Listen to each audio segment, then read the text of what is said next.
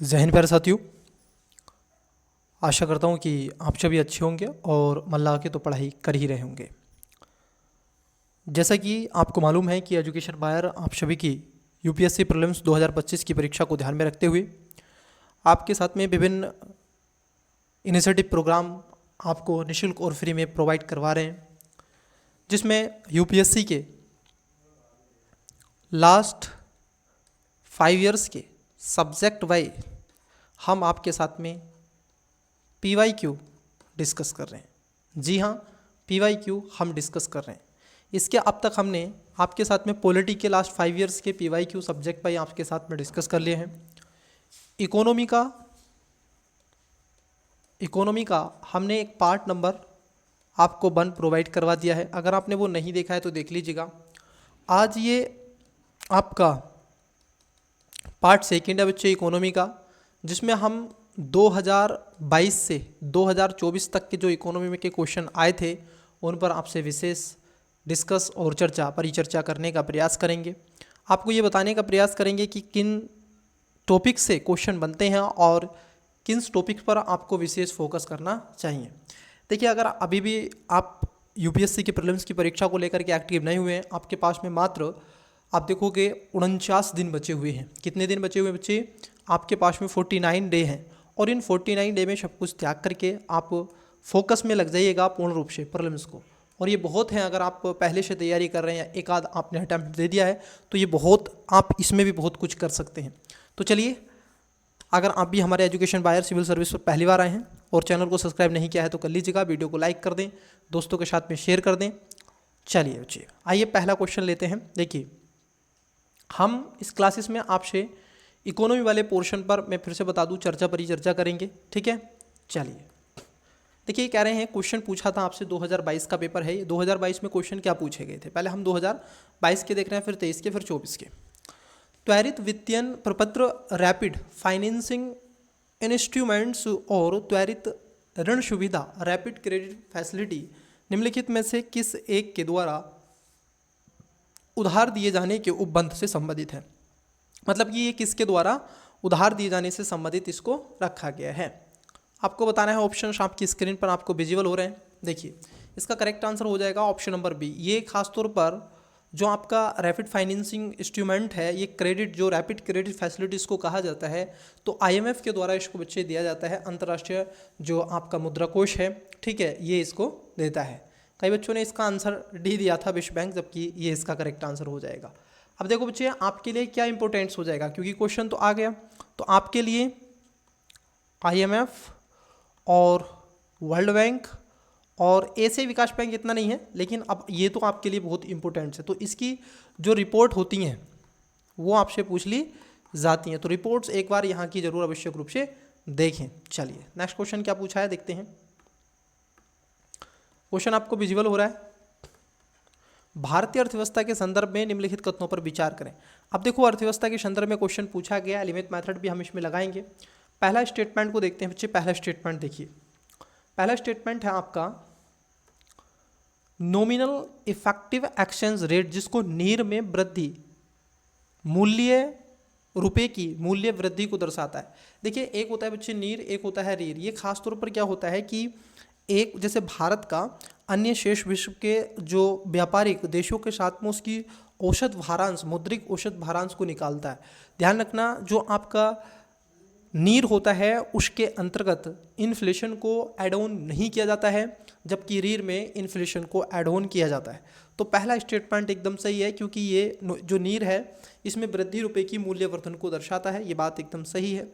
वहीं अगर रीर की बात कर ले तो ये कह रहे हैं कि वृद्धि व्यापार प्रतिस्पर्धात्मक में सुधार को दर्शाता है। बच्चे, ये सुधार को नहीं दर्शाता है, ठीक है, तो सेकंड स्टेटमेंट गलत है। तीसरा स्टेटमेंट एकदम सही है कि अन्य देशों में मुद्रास्फीति के सापेक्ष घरेलू मुद्रास्फीति में बढ़ने की प्रवृत्ति, मतलब कि नीर और रीर के बीच वर्तमान अपसरण उत्पन्न कर सकता है। तो यहाँ पर आप देखोगे सेकंड जो स्टेटमेंट था ये गलत था, आपको बस एलिमेंट मेथड लगा देना था।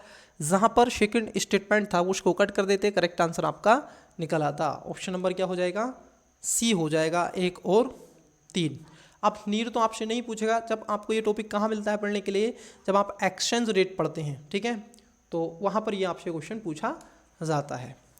क्वेश्चन नंबर 3 देखिएगा क्या है, भारतीय अर्थव्यवस्था के संदर्भ में निम्नलिखित तथ्यों पर विचार करें। देखो ये लगभग मैं आपको बता दूं यूपीएससी में जो इकोनॉमी से क्वेश्चन आते हैं, यूपीएससी में जो इकोनॉमी से क्वेश्चन आते हैं बच्चे, वो 15 से 20 क्वेश्चन आपके इकोनॉमी से आते हैं। मैं कहूँगा कि लगभग आप देखोगे 20% पेपर आपका डायरेक्ट इनडायरेक्ट इकोनॉमी से आता है। ठीक है, तो बहुत ज़रूरी है बच्चे इकोनॉमी आपकी परीक्षा के लिए। तो भारतीय अर्थव्यवस्था के संदर्भ में निम्नलिखित कथनों पर विचार कीजिए। अब यहाँ पर 3 स्टेटमेंट देके रखें। पहला, यदि मुद्रास्फीति अत्यधिक है तो भारतीय रिजर्व बैंक आरबीआई संभावित रूप से सरकारी प्रतिभूतियों को खरीदेगा। देखो बच्चे एक कॉन्सेप्ट होता है इन्फ्लेशन।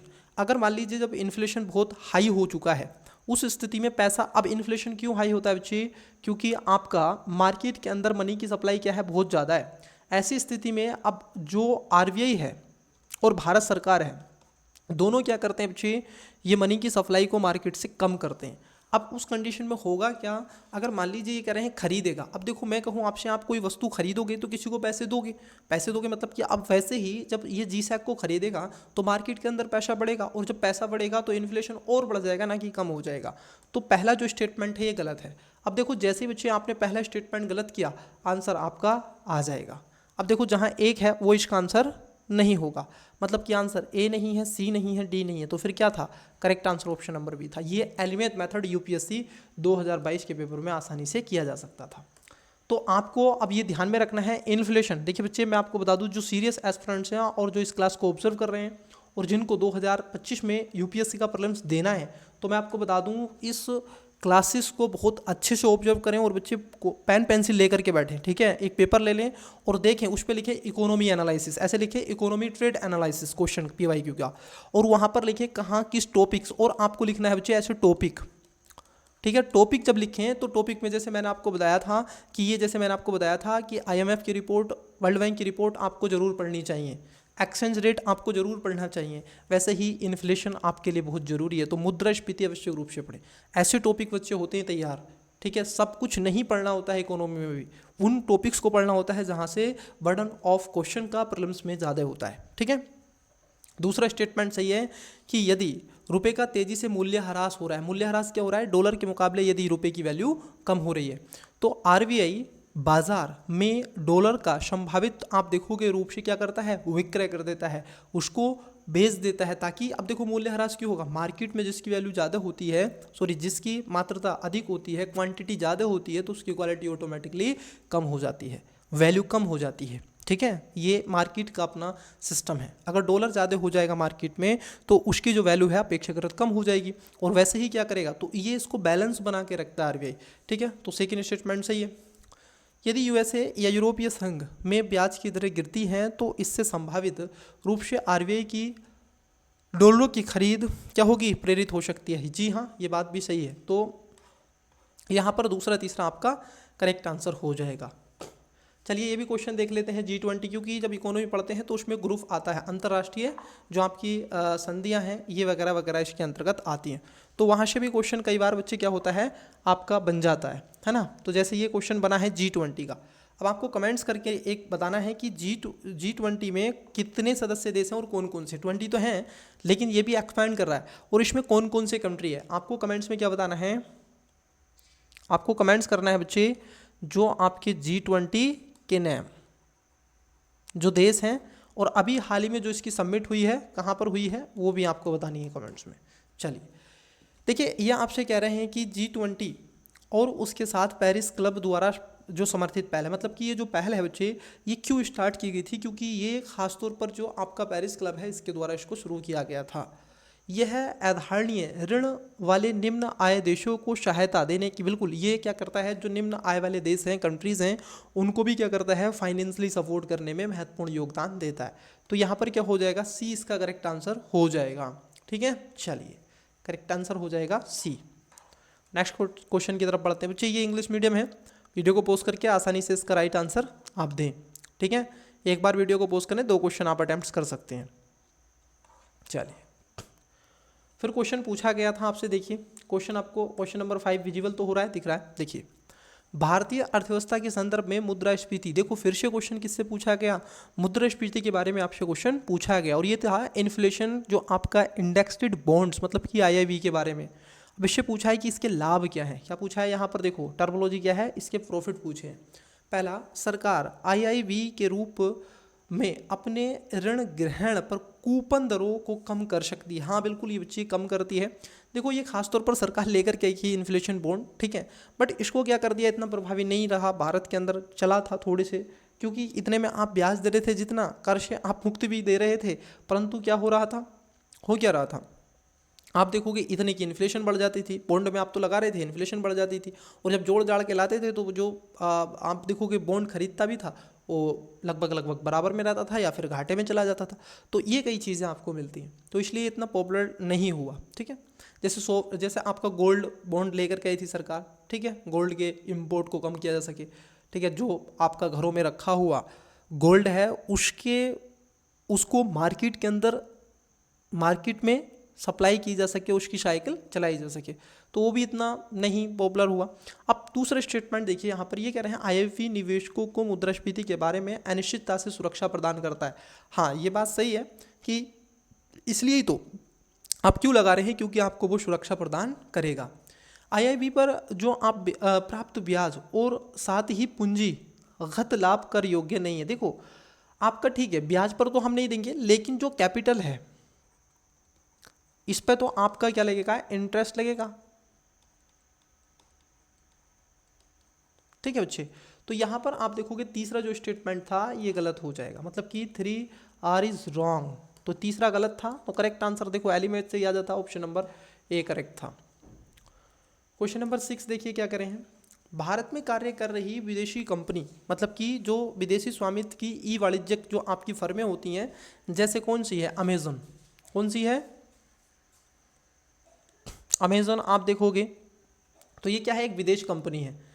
अब बच्चे ये आप देखिए इसके बारे में क्वेश्चन पूछा था, जो बच्चे अमेजन आपने देखा होगा और आप चलाते भी हैं, ठीक है, तो देखिए ये कह रहे हैं कि अपने प्लेटफॉर्मों को बाजार स्थान के रूप में प्रस्तुत करने के अतिरिक्त वे स्वयं के अपने माल की बिक्री भी कर सकते हैं। क्या वो अपने माल की बिक्री कर सकते हैं? जरा सोच के देखिए, अमेजन क्या अपने माल की बिक्री कर सकता है क्या? नहीं कर सकता। अगर मान लीजिए अमेजन ने ऐसा करना शुरू कर दिया तो वो तो अपना माल सप्लाई करेगा और आज इतनी पॉपुलरिटी है और अपने माल को बेचेगा, है कि नहीं? तो यहाँ पर पहला जो स्टेटमेंट है ये गलत है। दूसरे में कह रहे हैं वे अपने प्लेटफॉर्मों पर किस अंश तक बड़े विक्रेताओं को स्वीकार कर सकते हैं, यह सीमित है।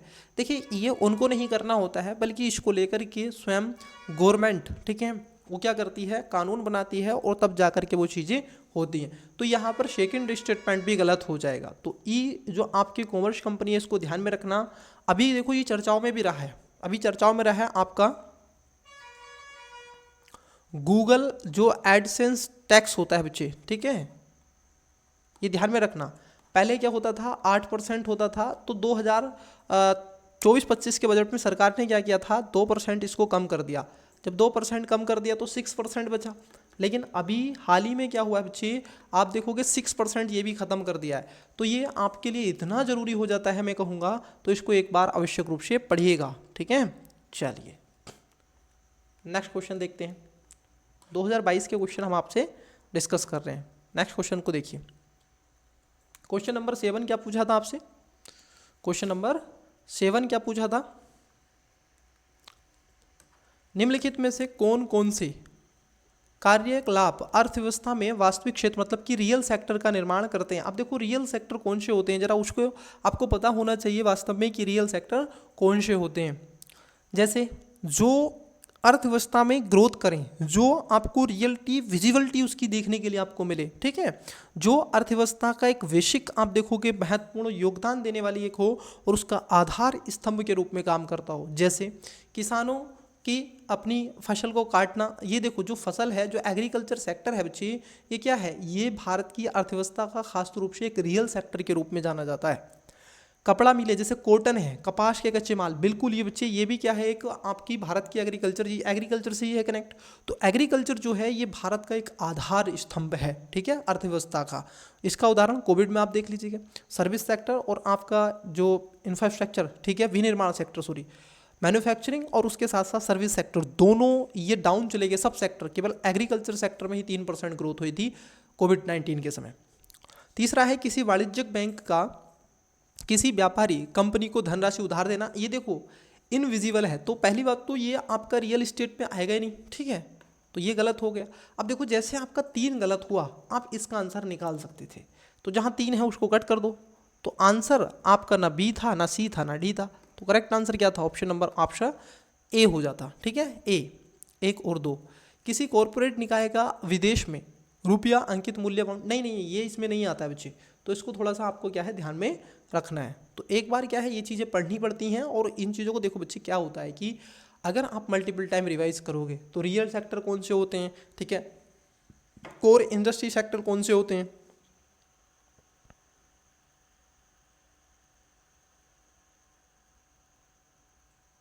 ठीक है, तो इनको थोड़ा सा ध्यान में रखना है।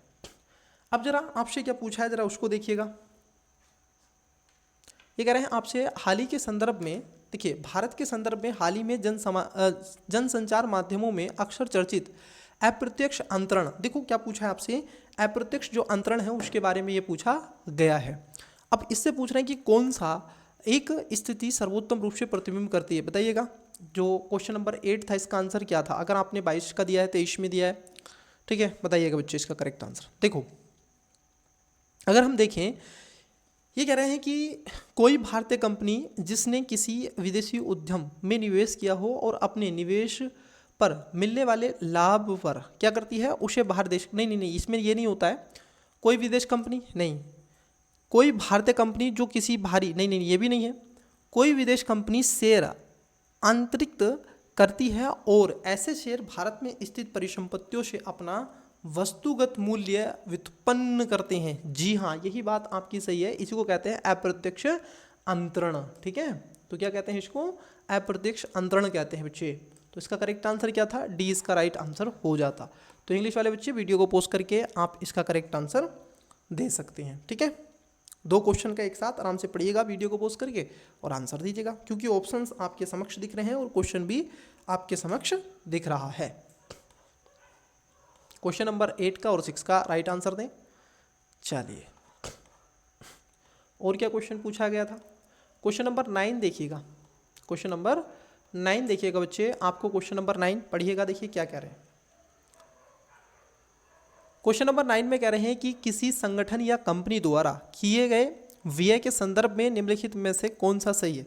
देखो जो व्यय है उस पर क्वेश्चन आपसे पूछा गया है कि कोई कंपनी कुछ व्यय करती है, ठीक है, या नहीं करती है, उसके बारे में आपसे क्वेश्चन बन रहा है। देखो पहला कह रहे हैं कि नई प्रौद्योगिकी प्राप्त करना पूंजीगत व्यय। जी हाँ, ये बात आपकी क्या हो जाएगी, बिल्कुल सही हो जाएगी, क्योंकि अगर टेक्निकली आप देखोगे, इस शब्द को अगर समझोगे, ठीक है, तो ये जो व्यय होता है, आपने मान लीजिए कोई टेक्नोलॉजी खरीदी है, ठीक है, तो उस स्थिति में वो आपका क्या है, कैपिटल एक्सपेंडिचर होता है बच्चे। क्या होता है आपका? वह कैपिटल एक्सपेंडिचर होता है। तो पहला एकदम सही हो जाएगा। ये कह रहे हैं ऋण वित्तीय को पूंजी प्राप्त व्यय मानता है। देखो जो ऋण वित्तीयन को पूंजीगत व्यय माना जाता है, जबकि इक्विटी विनिमय को राजस्व नहीं। अब इक्विटी आप ले रहे हैं, ठीक है, इक्विटी में आप इन्वेस्ट कर रहे हैं, तो बच्चे वो तो आपका कैपिटल एक्सपेंडिचर में आएगा, ना कि आपका राजस्व व्यय में आएगा, ठीक है। तो राजस्व व्यय जैसे कि आप स्कीम पर हो गया, पेंशन पर हो गया, सब्सिडी पर हो गया, ठीक है, और उसके साथ साथ जो आपके इलेक्ट्रिकली वीपन हैं उनके रख रखाव पर हो गया, तो ये सब आता है। तो इसका करेक्ट आंसर ए हो जाना था। नेक्स्ट क्वेश्चन नंबर 10 आपको विजिबल हो रहा है। क्वेश्चन नंबर 10 बताइएगा, क्वेश्चन नंबर 10 के बारे में बताइएगा बच्चे।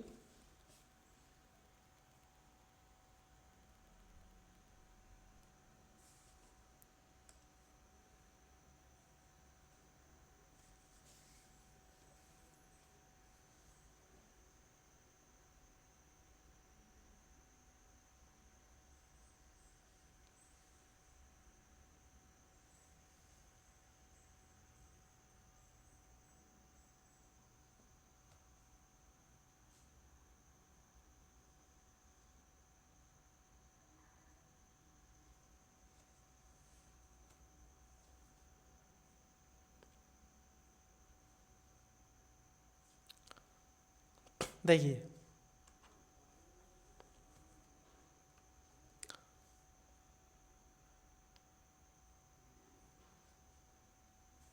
देखिए, भारतीय अर्थव्यवस्था के बारे में पूछा था और ये भी एक इजी क्वेश्चन को आप कहोगे कि ये भी एक इजी क्वेश्चन ही होना चाहिए था।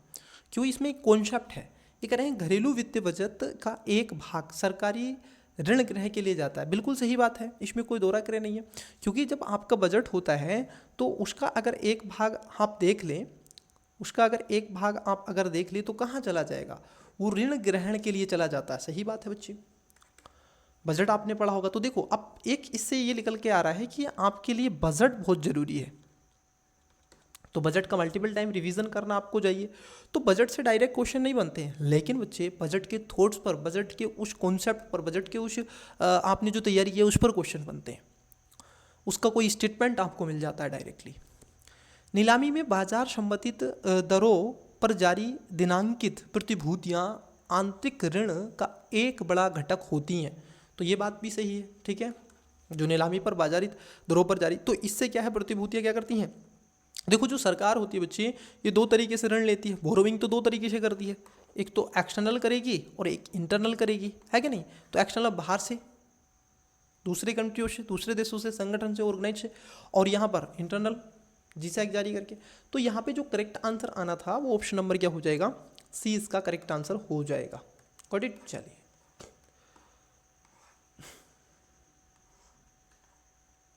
क्वेश्चन देखिएगा 11 नंबर। ओके, 11 नंबर तो इकोनॉमी से नहीं है, ठीक है। अब जो क्वेश्चन आएंगे इकोनॉमी से देख रहे थे हम, कौन कौन से और क्वेश्चन पूछे गए थे इकोनॉमी से, जो आपको उसकी विजिबिलिटी होती रहे और आपको क्वेश्चन दिखता रहे। मैं थोड़ा, ठीक है, जो भी क्वेश्चन आपके हैं इकोनॉमी से 2022 का पेपर है बच्चे। अब देखो, जैसे आयुष्मान भारत डिजिटल मिशन है, आप इसको रख भी सकते हैं, लेकिन ये हम साइंस एंड टेक में रखेंगे जब उस काम लेकर के आएंगे। इसका बच्चे हमने 2020 से 2022 तक के क्वेश्चन थे वो हमने एक क्लास आपको प्रोवाइड करवा दी थी, ठीक है। तो अब ये उसका पार्ट नंबर अंतिम है और लास्ट है, 2 पार्ट्स हमें लेने थे, ठीक है, इकोनॉमी पर, तो वो हम आपके साथ में डिस्कस कर रहे हैं। चलिए, तो ये कुछ क्वेश्चन आए थे, बट और भी क्वेश्चन हैं जो आपको देखने के लिए मिलेंगे इकोनॉमी से रिलेटेड।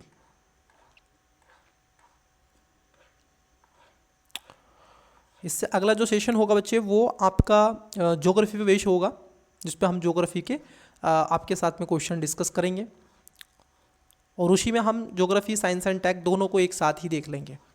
उसके 2 पार्ट्स ले लेंगे, ठीक है, पार्ट 1 पार्ट 2। तो ये लगभग 5-6 क्लासेस आपकी होंगी बच्चे। ये बहुत ज़रूरी है आपके लिए, अगर आप ये क्लासेस कर लेंगे तो इससे आपको बहुत इम्प्रूव मिलेगा, आप इससे बहुत कुछ सीखेंगे बच्चे, बहुत कुछ मैं कह रहा हूँ ना, क्योंकि कई बार यूपीएससी रिपीटेड क्वेश्चन भी दे देता है, तो इसलिए आपको पढ़ते रहना चाहिए ये क्वेश्चन आवश्यक रूप से।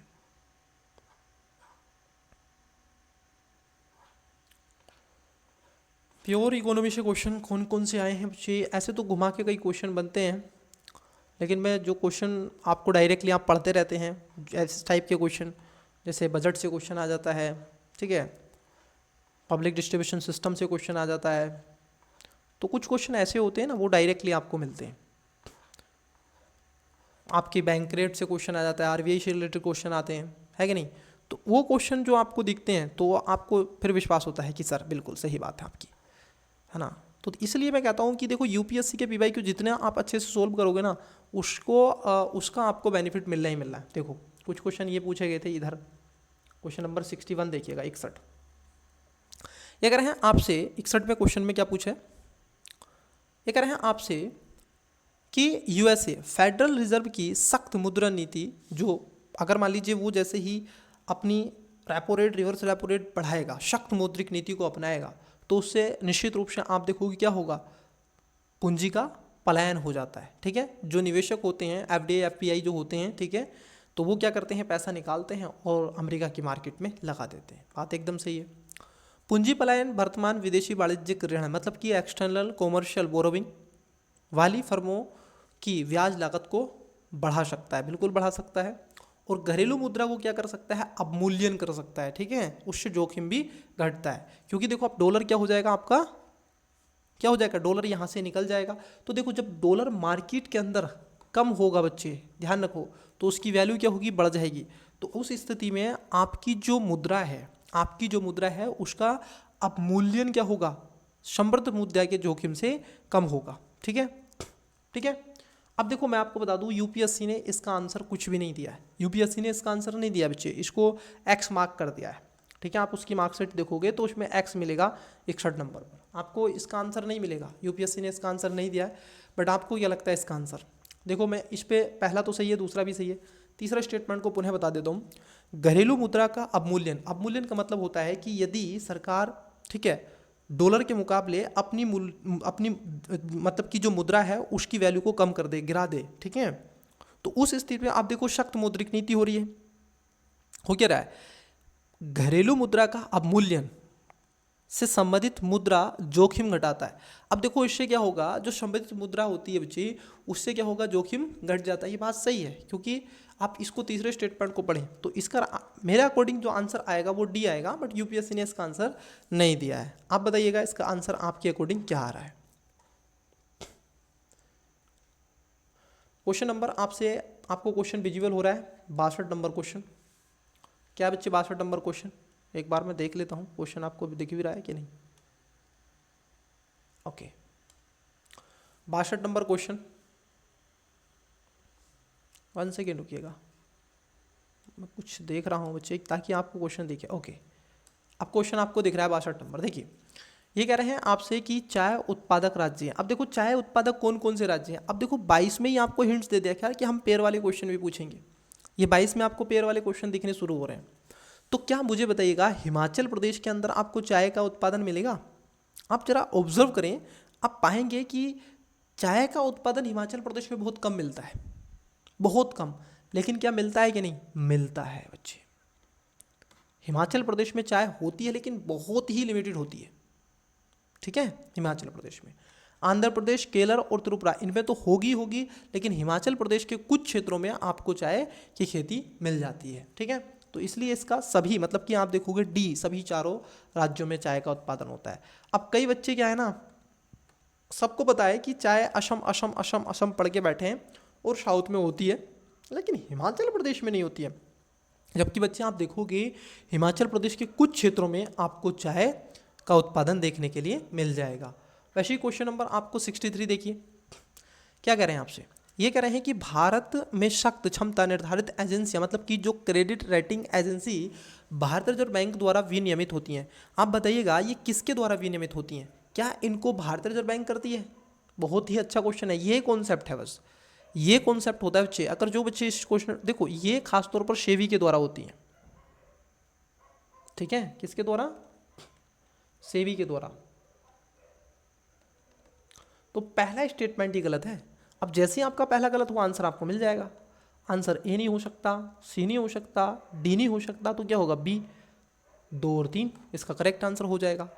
जो इकरा है, इकरा नाम से जानी जाने वाली जो आप देखोगे क्षमता निर्धारण एजेंसी एक पब्लिक लिमिटेड कंपनी है, और ब्रिक वर्क रेमिट्स जो आपकी रेटिंग्स एक भारतीय साख क्षमता निर्धारित एजेंसी में से जानी जाती है।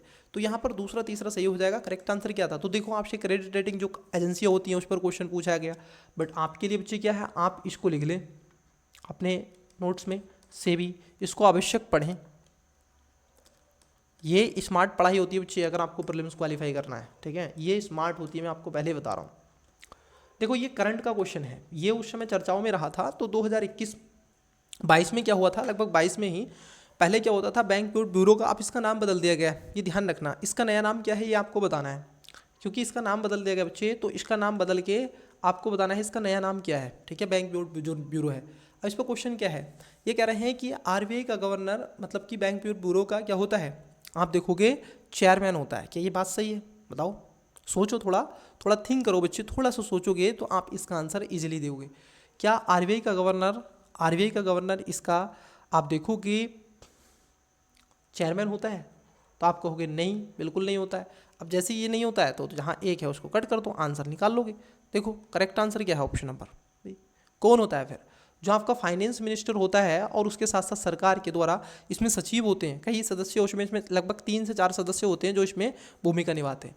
तो आरबीआई का गवर्नर इसके अंतर्गत नहीं होता है।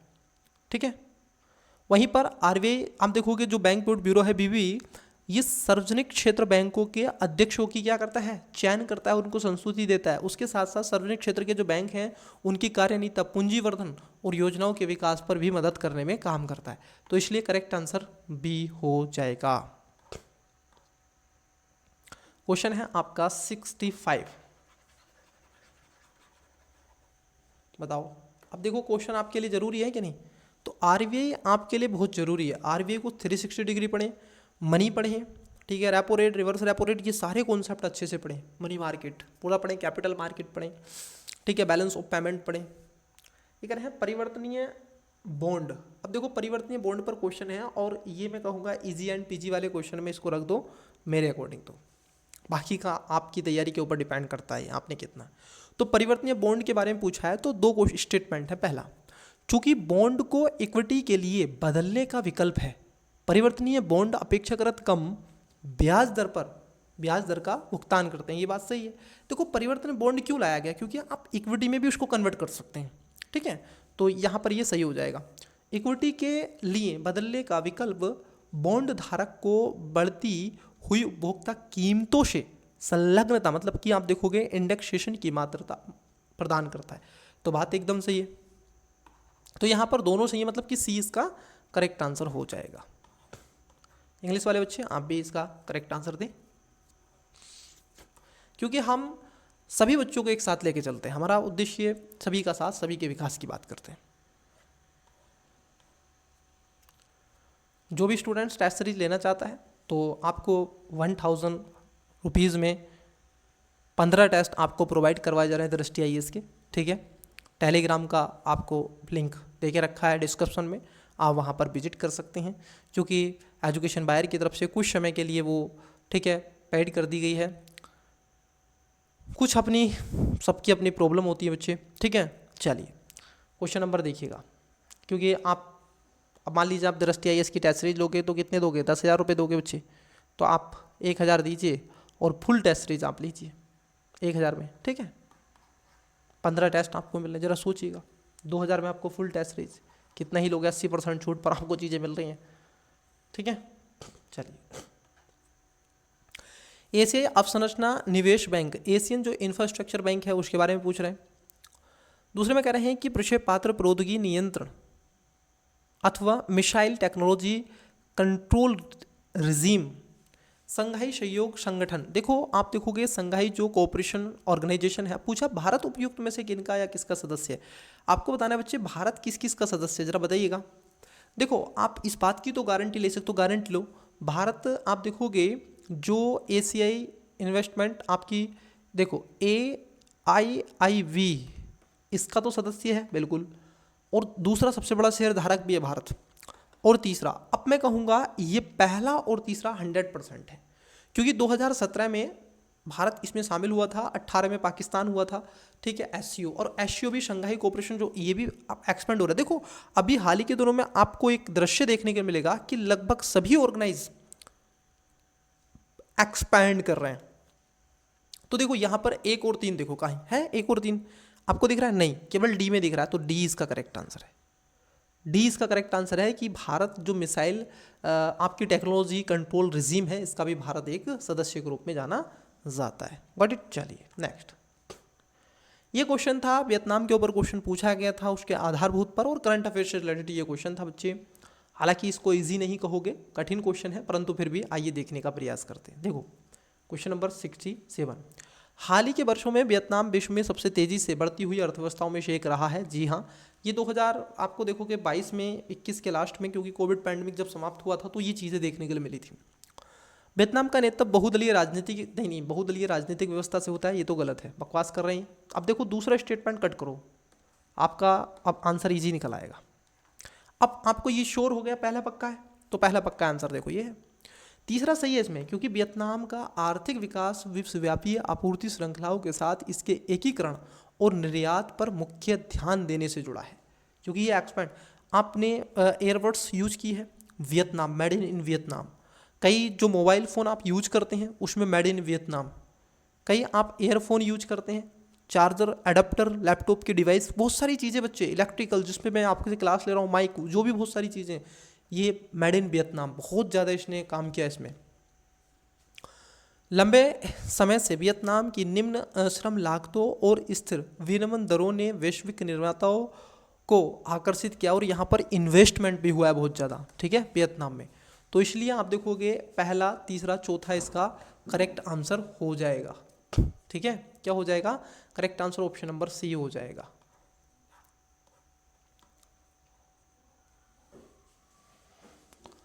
देखिए क्वेश्चन नंबर आपकी स्क्रीन पर, क्वेश्चन नंबर है 68।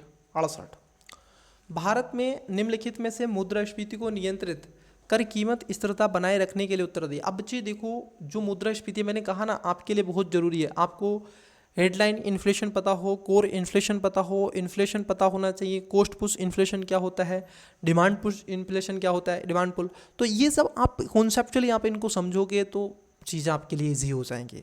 और मैं कहता हूँ कि जब आप रिवीजन इतने कंठस्थ तरीके से कर लेते हैं, कॉन्सेप्ट इतने क्लियर हो जाते हैं और पीवाईक्यू लगा लेते हैं, टेस्ट में अच्छे मार्क्स पा लेते हैं, तो आपका जो कॉन्फिडेंस लेवल है, सक्सेस ऑफ रेशियो है, ऑटोमेटिकली आपका बढ़ जाता है, ठीक है।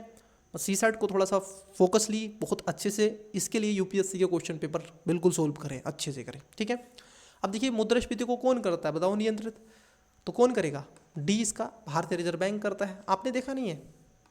मॉनेटरी पॉलिसी के माध्यम से करता है, ठीक है। विस्तारवादी मौद्रिक नीति, संकुचित मौद्रिक नीति। आइए क्वेश्चन देखिएगा 69 नंबर, क्या पूछा था?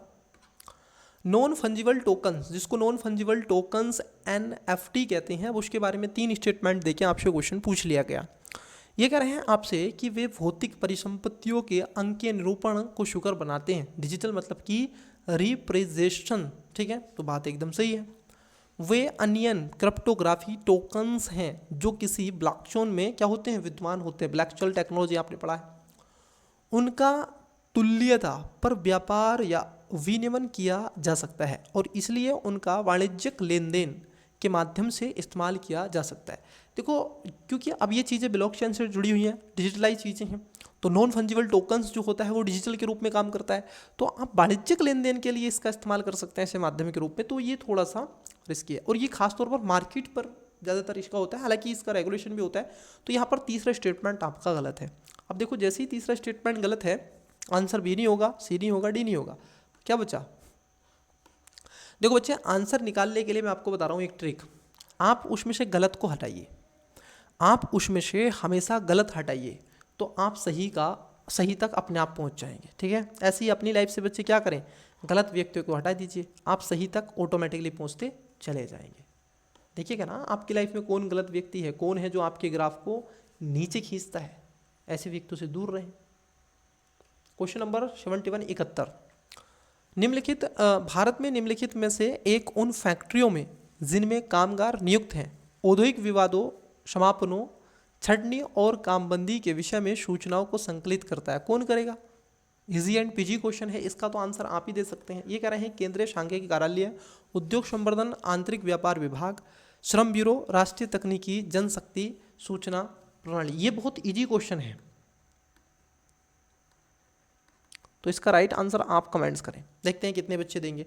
अगर जिस बच्चे ने सीपीआई पढ़ा होगा ना ठीक से, वो इसका करेक्ट आंसर दे देगा, मैं इस बात की गारंटी ले रहा हूँ। जिसने इन्फ्लेशन पढ़ा होगा, मुद्रास्फीति, और उसमें उसने खासतौर पर WPI CPI पढ़ा होगा और CPI WPI का कॉन्सेप्ट से समझा होगा, इसका आंसर वो बच्चा 100% देगा, ये मुझे मालूम है। चलिए क्वेश्चन है आपका नेक्स्ट, देखते हैं और कौन से क्वेश्चन थे जो आपके इकोनॉमी से क्वेश्चन पूछे गए थे।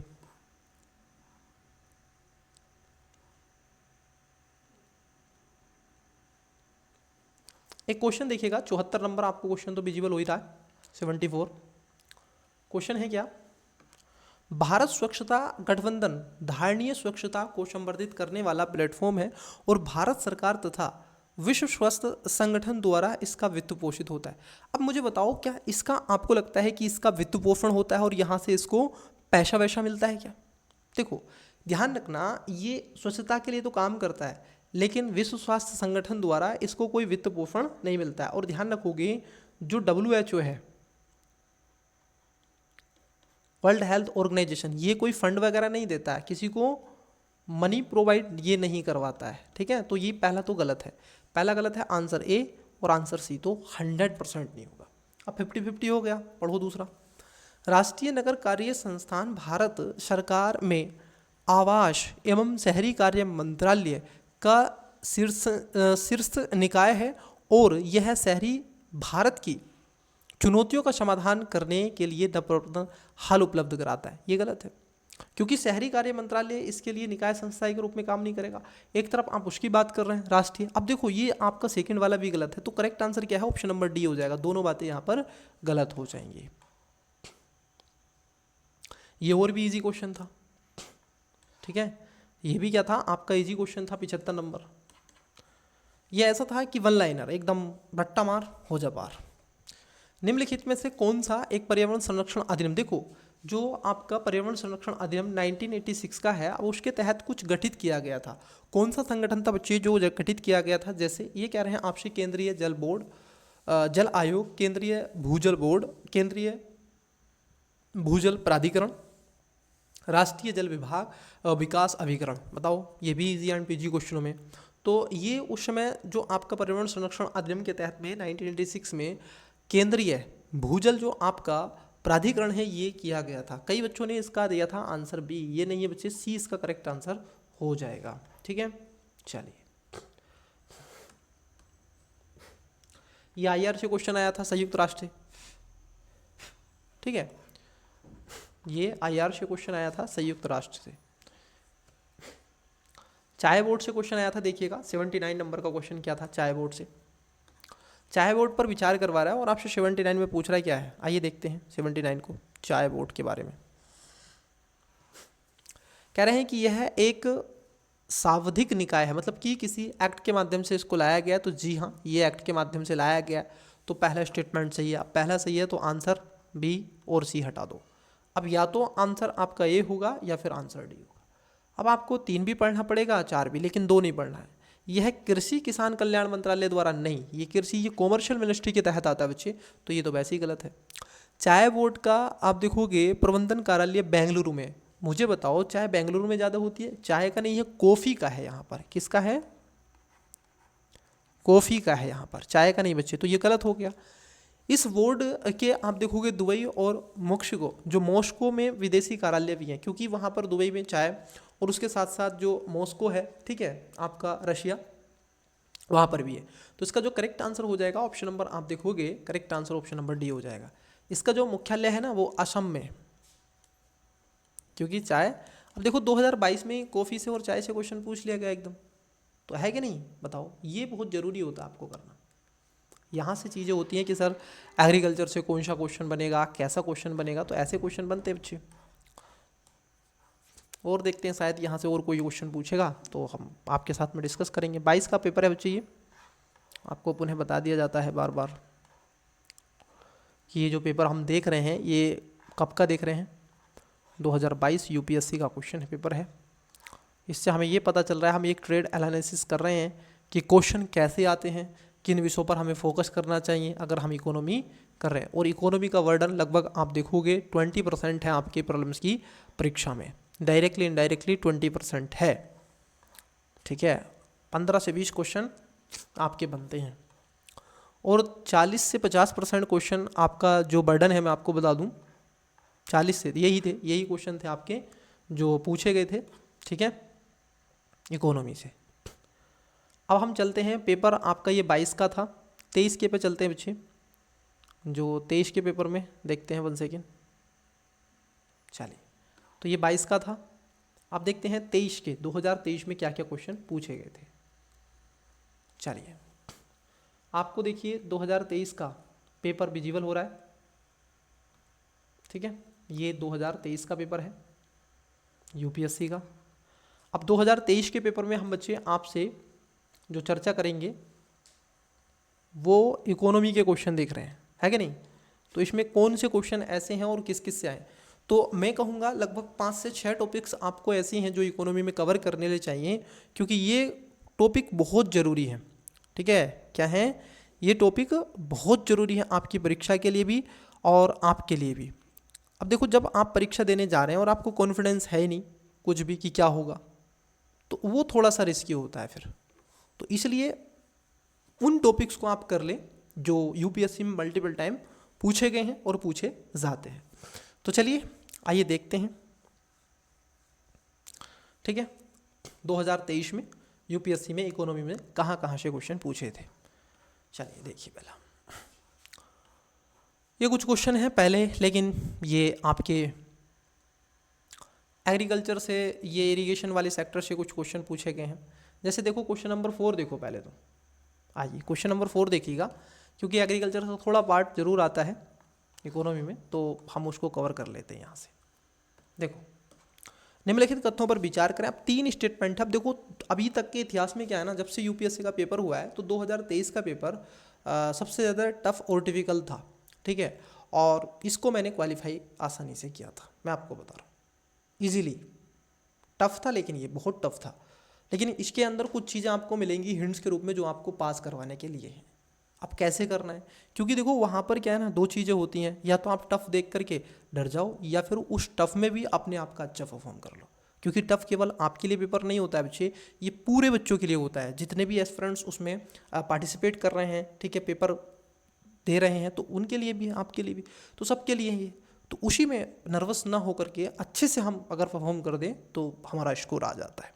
ठीक है, देखो जरा इसको, चीन की तुलना में भारत के पास अधिक कृषि योग्य। देखो अगर आप चीन को देखें और भारत को देखें तो भारत में वास्तव में एग्रीकल्चर जो एरिया है वो बहुत ज़्यादा है चीन से ज़्यादा। ठीक है, ये बात एकदम सही है।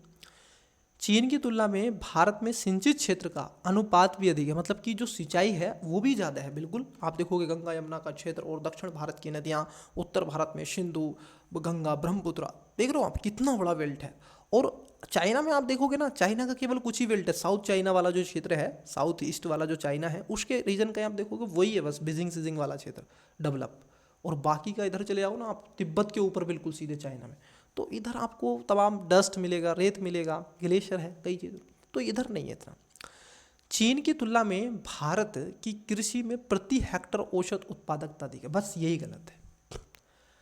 हमारी उत्पादकता इतनी नहीं है जितनी चाइना की। वो हमसे कम हेक्टर लेकर के भी, हमसे कम सिंचाई का क्षेत्र लेकर के भी वो अधिक उत्पादकता करता है। यही है टेक्नोलॉजी का यूज।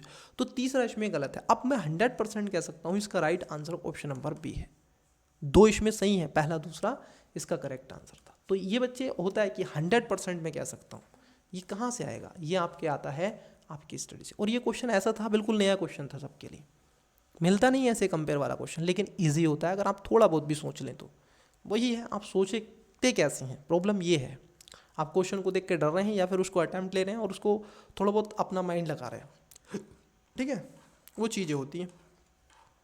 चलिए, ये क्वेश्चन वैसे इकोनॉमी का नहीं था, परंतु मुझे इकोनॉमी में इसको लेना पड़ा। ठीक है, एग्रीकल्चर से था ना ये।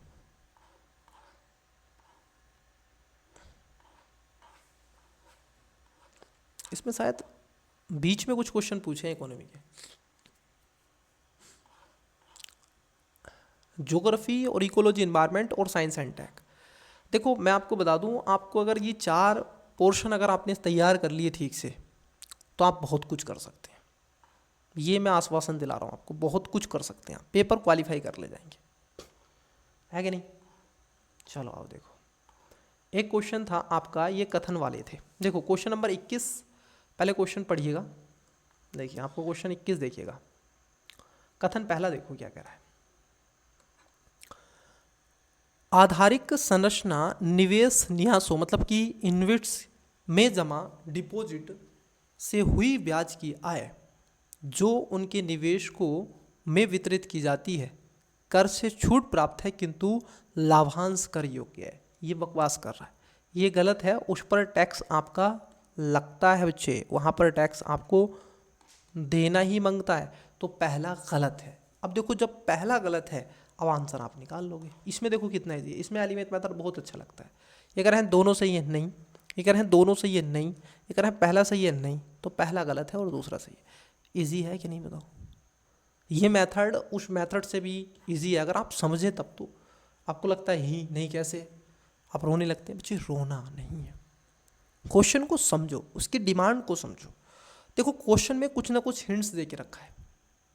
वित्तीय परिसंपत्ति, अब आपको नहीं भी पता है कि दूसरा सही है कि नहीं, नहीं जानते आप, लेकिन पहले को जानते हो, 100% आपको श्योर होना चाहिए कि मैं ये दावे के साथ कह सकता हूँ ये 100% सत्य है या असत्य है। बस ये कॉन्फिडेंस आपका हो तो आप पेपर को क्वालिफाई कर ले जाएंगे। और ये कॉन्फिडेंस आता है यूपीएससी के पीवाईक्यू, ठीक है, और उसके साथ साथ मल्टीपल टाइम रिवीजन और टेस्ट सीरीज आप 1-2 लगा ले, इनफ। वित्तीय परिसंपत्तियों का प्रतिभूतिकरण और पुनर्गठन तथा प्रतिभूति हित का प्रवर्तन अधिनियम 2002 के अधीन इन्विट्स को ऋणी के रूप में मान्यता प्राप्त है। बिल्कुल सही बात है। तो इसका करेक्ट आंसर क्या था? ऑप्शन नंबर आपका डी था। ठीक है, चलिए देखिए क्वेश्चन नंबर 22 को देखें जरा। 22 क्वेश्चन को देखें। क्वेश्चन नंबर 22 क्या कह रहे हैं? ये कह रहे हैं आपसे कथन पहले में कि कोविड विश्व महामारी, मतलब कि जब कोविड पैंडेमिक के बाद हाल ही के विगत काल में पूरे विश्व में अनेक केंद्रीय बैंकों ने ब्याज दरें बढ़ा दी थी। आप मुझे बताइए, जब कोविड था तो क्या ऐसा करा था? देखो कोविड के समय क्या था ना, उन्होंने सबने अपनी जो ब्याज दरें थी उन ब्याज दरों को गिरा दिया। लेकिन स्टूडेंट्स ये कब था? ये 2020 में था। 2021 आते आते अब इन्फ्लेशन इतनी हो गई, मनी की सप्लाई मार्केट में इतनी हो गई, 22 में आकर के इन्होंने क्या किया, सरकारों ने सबने अपनी ब्याज दरें बढ़ा दी जो बैंकें थी। तो ये बात एकदम सही है, केंद्रीय बैंकों ने, आरबीआई ने भी बढ़ाई थी। और इन्फ्लेशन क्योंकि डामाडोल पे थी, तो पहला एकदम सही है। दूसरा क्यों सही है कि आमतौर पर केंद्रीय बैंक मानते हैं कि उनके पास बढ़ी हुई उपभोक्ता कीमतों का मौद्रिक नीति के उपायों से प्रतिकार करने में सामर्थ्य होता है। इसी को तो हम लाते हैं। मौद्रिक नीति से ही वो मार्केट में मनी की सप्लाई को कंट्रोल करते हैं, एक्सपैंड करते हैं या फिर रोकते हैं, टाइट करते हैं, जो भी हॉकिस एंड डेविस समझा होगा आपने। तो दोनों सही है इसमें। कथन जो पहला है, कथन दूसरे की सही व्याख्या भी करता है। ठीक है, तो ए इसका करेक्ट आंसर है। ये कॉन्फिडेंस हो। अब ये देखो कॉन्सेप्ट है, मैं आपको बता रहा हूँ।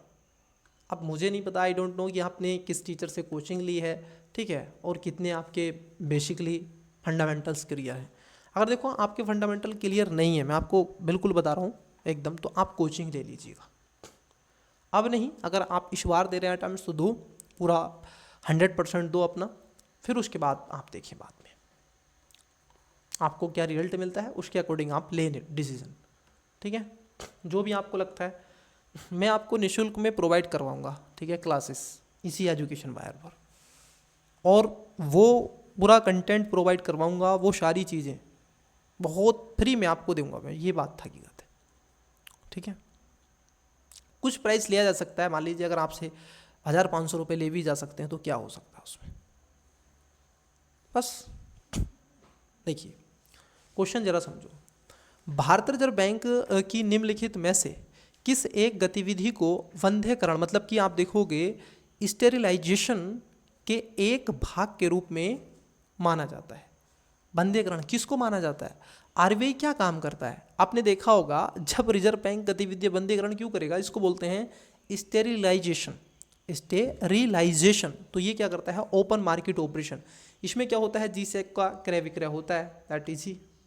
ठीक है, चलिए नेक्स्ट क्वेश्चन नंबर है 25 नंबर। देखो क्वेश्चन, क्या क्वेश्चन पूछे थे? निम्नलिखित बाजारों पर विचार करें और पहले पूंजी बाजार बताओ बेटा। क्या बताना है आपको? कैपिटल मार्केट आपको बताना है इसमें कौन सा है, ये आपसे पूछा है। ठीक है, क्या पूछा है? कैपिटल मार्केट आपको बताना है। देखिए ये कह रहे हैं सरकारी बॉन्ड बाजार, ये कैपिटल मार्केट में आएगा? जी हाँ। द्रव्य बाजार जो मनी मार्केट आता है, नहीं। ट्रेजरी बिल आता है। स्टॉक बाजार, स्टॉक बाजार, देखो टी बिल भी नहीं आता है सर, टी बिल भी नहीं आता है, ट्रेजरी मार्केट, लेकिन स्टॉक बाजार आपका आता है। तो ये कैपिटल मार्केट आपसे पूछा है, तो कितने इसमें? 2 हैं, पहला और चौथा। ये बी और सी नहीं है, तो करेक्ट आंसर क्या है? ऑप्शन नंबर आपका बी हो जाएगा।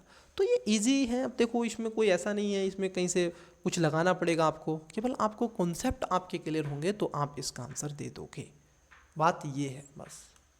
टोटल कहने का तात्पर्य मेरा ये है कि अगर आपके कॉन्सेप्ट क्लियर हैं तो आप आंसर दे दोगे, और यदि नहीं है आपके तो आप फिर देखोगे आपसे क्वेश्चन जो पूछेंगे, आप इसी से अनुभव लगा लेंगे। अपने पेपर लेकर के उससे बैठ जाइए, आप देख लीजिएगा। अगर आप सही परफॉर्म कर पा रहे हैं यूपीएससी के पीवाईक्यू में तो आप देख सकते हैं। अगर उसके आप सीसेट के क्वेश्चन पेपर को सोल्व कर पा रहे हैं, इकोनॉमी के क्वेश्चन आप अच्छे से पिक कर पा रहे हैं, आपको समझ है कि हाँ रिकॉल हो पा रहा है। जैसे क्वेश्चन पूछा है भारत सरकार काले तिल, ये नाइजर जो आपके एबिनीसिया होते हैं, इसको गुइजेडिया भी कहते हैं, ठीक है, नाइजर सीड भी इसको कहा जाता है कभी कभी। तो इस पर कई बार क्वेश्चन पूछा है, इसके पहले भी क्वेश्चन पूछा है, 2000 आई थिंक 15-16 में क्वेश्चन आप देखोगे तो इससे पूछा है, ठीक है, काले तिल से। तो पहला है कि काले तिल के बीजों के लिए न्यूनतम समर्थन मूल्य उपलब्ध होता है, एमएसपी, बिल्कुल ये शामिल किया जाता है। अब देखो एमएसपी आपके लिए जरूरी है कि नहीं, ये हर साल क्वेश्चन आता है यहाँ से, बताओ। तो एमएसपी पढ़ो बच्चे, लिखो इसको, आप अपनी नोटबुक में लिखो कि एमएसपी मुझे पढ़ना है पूरा। इकोनॉमी के यहीं से क्वेश्चन कहाँ से तैयार करोगे बताओ आप, प्रीलिम्स की तैयारी यहीं से होगी। अरे भाई आप मेरी बात को ज़रा समझो, आप अगर 100% क्वेश्चन आ रहे हैं मानो, ठीक है, तो आप अपना इकोनॉमी को लगभग 70 से 80% यहीं से कवर कर सकते हैं, ये गारंटी मेरी है। केवल 5 साल के यूपीएससी के वीवाईक्यू देख करिए आप ये कवर कर सकते हैं कि ये टॉपिक आते हैं और मुझे इन टॉपिकों का रिवीजन करना है। तो सोचो आप जरा, है कि नहीं, क्यों आप इधर उधर भटक रहे हो? आपके समक्ष पूर्ण रूप से सारी चीज़ें रखी हुई हैं, टीचर भी तो यही बताते हैं आपको, करवा देंगे कॉन्सेप्ट, दिखा देंगे, वो यही चीज़ें पढ़ाते हैं। कल को मैं अगर आपको पढ़ाऊंगा तो एमएसपी पढ़ाऊंगा, 100% पढ़ाऊंगा, और जितना हो सकेगा अच्छे से पढ़ाएंगे। काले तिल की खेती खरीफ की फसल के समय की जाती है। देखो जो काला तिल होता है बच्चे, अगर आप इसकी खेती की बात कर लें तो ये खरीफ की फसल के समय होता है, ठीक है। खरीफ की फसल कब होती है? अभी कौन सी फसल चल रही है? रबी की फसल की कटाई होगी अब, ठीक है। अब खरीफ की फसल जून जुलाई में लगती है। भारत में कुछ जनजातियां बिल्कुल काले तिल के बीजों के तेल का भोजन पकाने के लिए करती हैं, ये भी बात सही है। तो कितने सही हैं? तो तीनों सही हैं इसमें। इजी था ये क्वेश्चन। अब ये आपके अंदर देखो, जब तक करने का जुनून नहीं होगा ना तब तक तो आप समझ लीजिएगा। देखो क्वेश्चन देखो बच्चे, क्वेश्चन है आपका 28। ये पूछ रहा है अमूर्त निवेश कौन से हैं? जानते हो अमूर्त निवेश? देखो अब यही नहीं जानते ना, लो इंग्लिश में देखो आप, अमूर्त निवेश आपको खुद ही पता चल जाएगा क्या है।